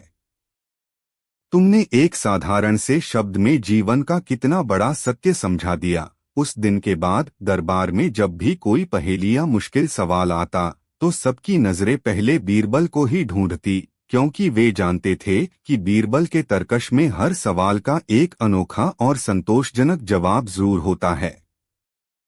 उपसंहार, एक दोस्ती, एक मिसाल। अकबर और बीरबल के किस्से सिर्फ कहानियां नहीं हैं, बल्कि वे उस सुनहरे दौर का एक आईना है जहां बुद्धि और ज्ञान को सबसे ज्यादा सम्मान दिया जाता था। यह एक ऐसे शहंशाह की कहानी है जो अपनी प्रजा के लिए न्यायप्रिय था, और एक ऐसे सलाहकार की कहानी है जो अपनी चतुराई से उस न्याय को संभव बनाता था। उनकी दोस्ती इस बात का सबूत है कि एक सच्चा दोस्त और सलाहकार किसी भी सल्तनत के लिए सबसे बड़ी दौलत होता है। बीरबल ने बार बार यह साबित किया कि शारीरिक बल या धन दौलत से बड़ी शक्ति इंसान का दिमाग और उसकी विवेकशीलता होती है। यही कारण है कि सदियां बीत जाने के बाद भी अकबर बीरबल की ये शानदार कहानियां आज भी हमारे दिलों में ताज़ा हैं और हमें हमेशा प्रेरित करती रहती हैं। अकबर बीरबल, शाही अंगूठी का रहस्य और दरबार की हंसी। भाग एक अनमोल वस्तु का गायब होना। आगरा का किला अपनी पूरी शानो शौकत के साथ यमुना नदी के किनारे खड़ा था। शाम का सूरज अपनी सुनहरी किरणें किले की लाल दीवारों पर बिखेर रहा था, जिससे वे और भी भव्य लग रही थीं। अंदर दीवान-ए-आम में रोज की तरह चहल पहल थी। मुगल सल्तनत के शहंशाह जलालुद्दीन मोहम्मद अकबर अपने आलीशान सिंहासन पर विराजमान थे।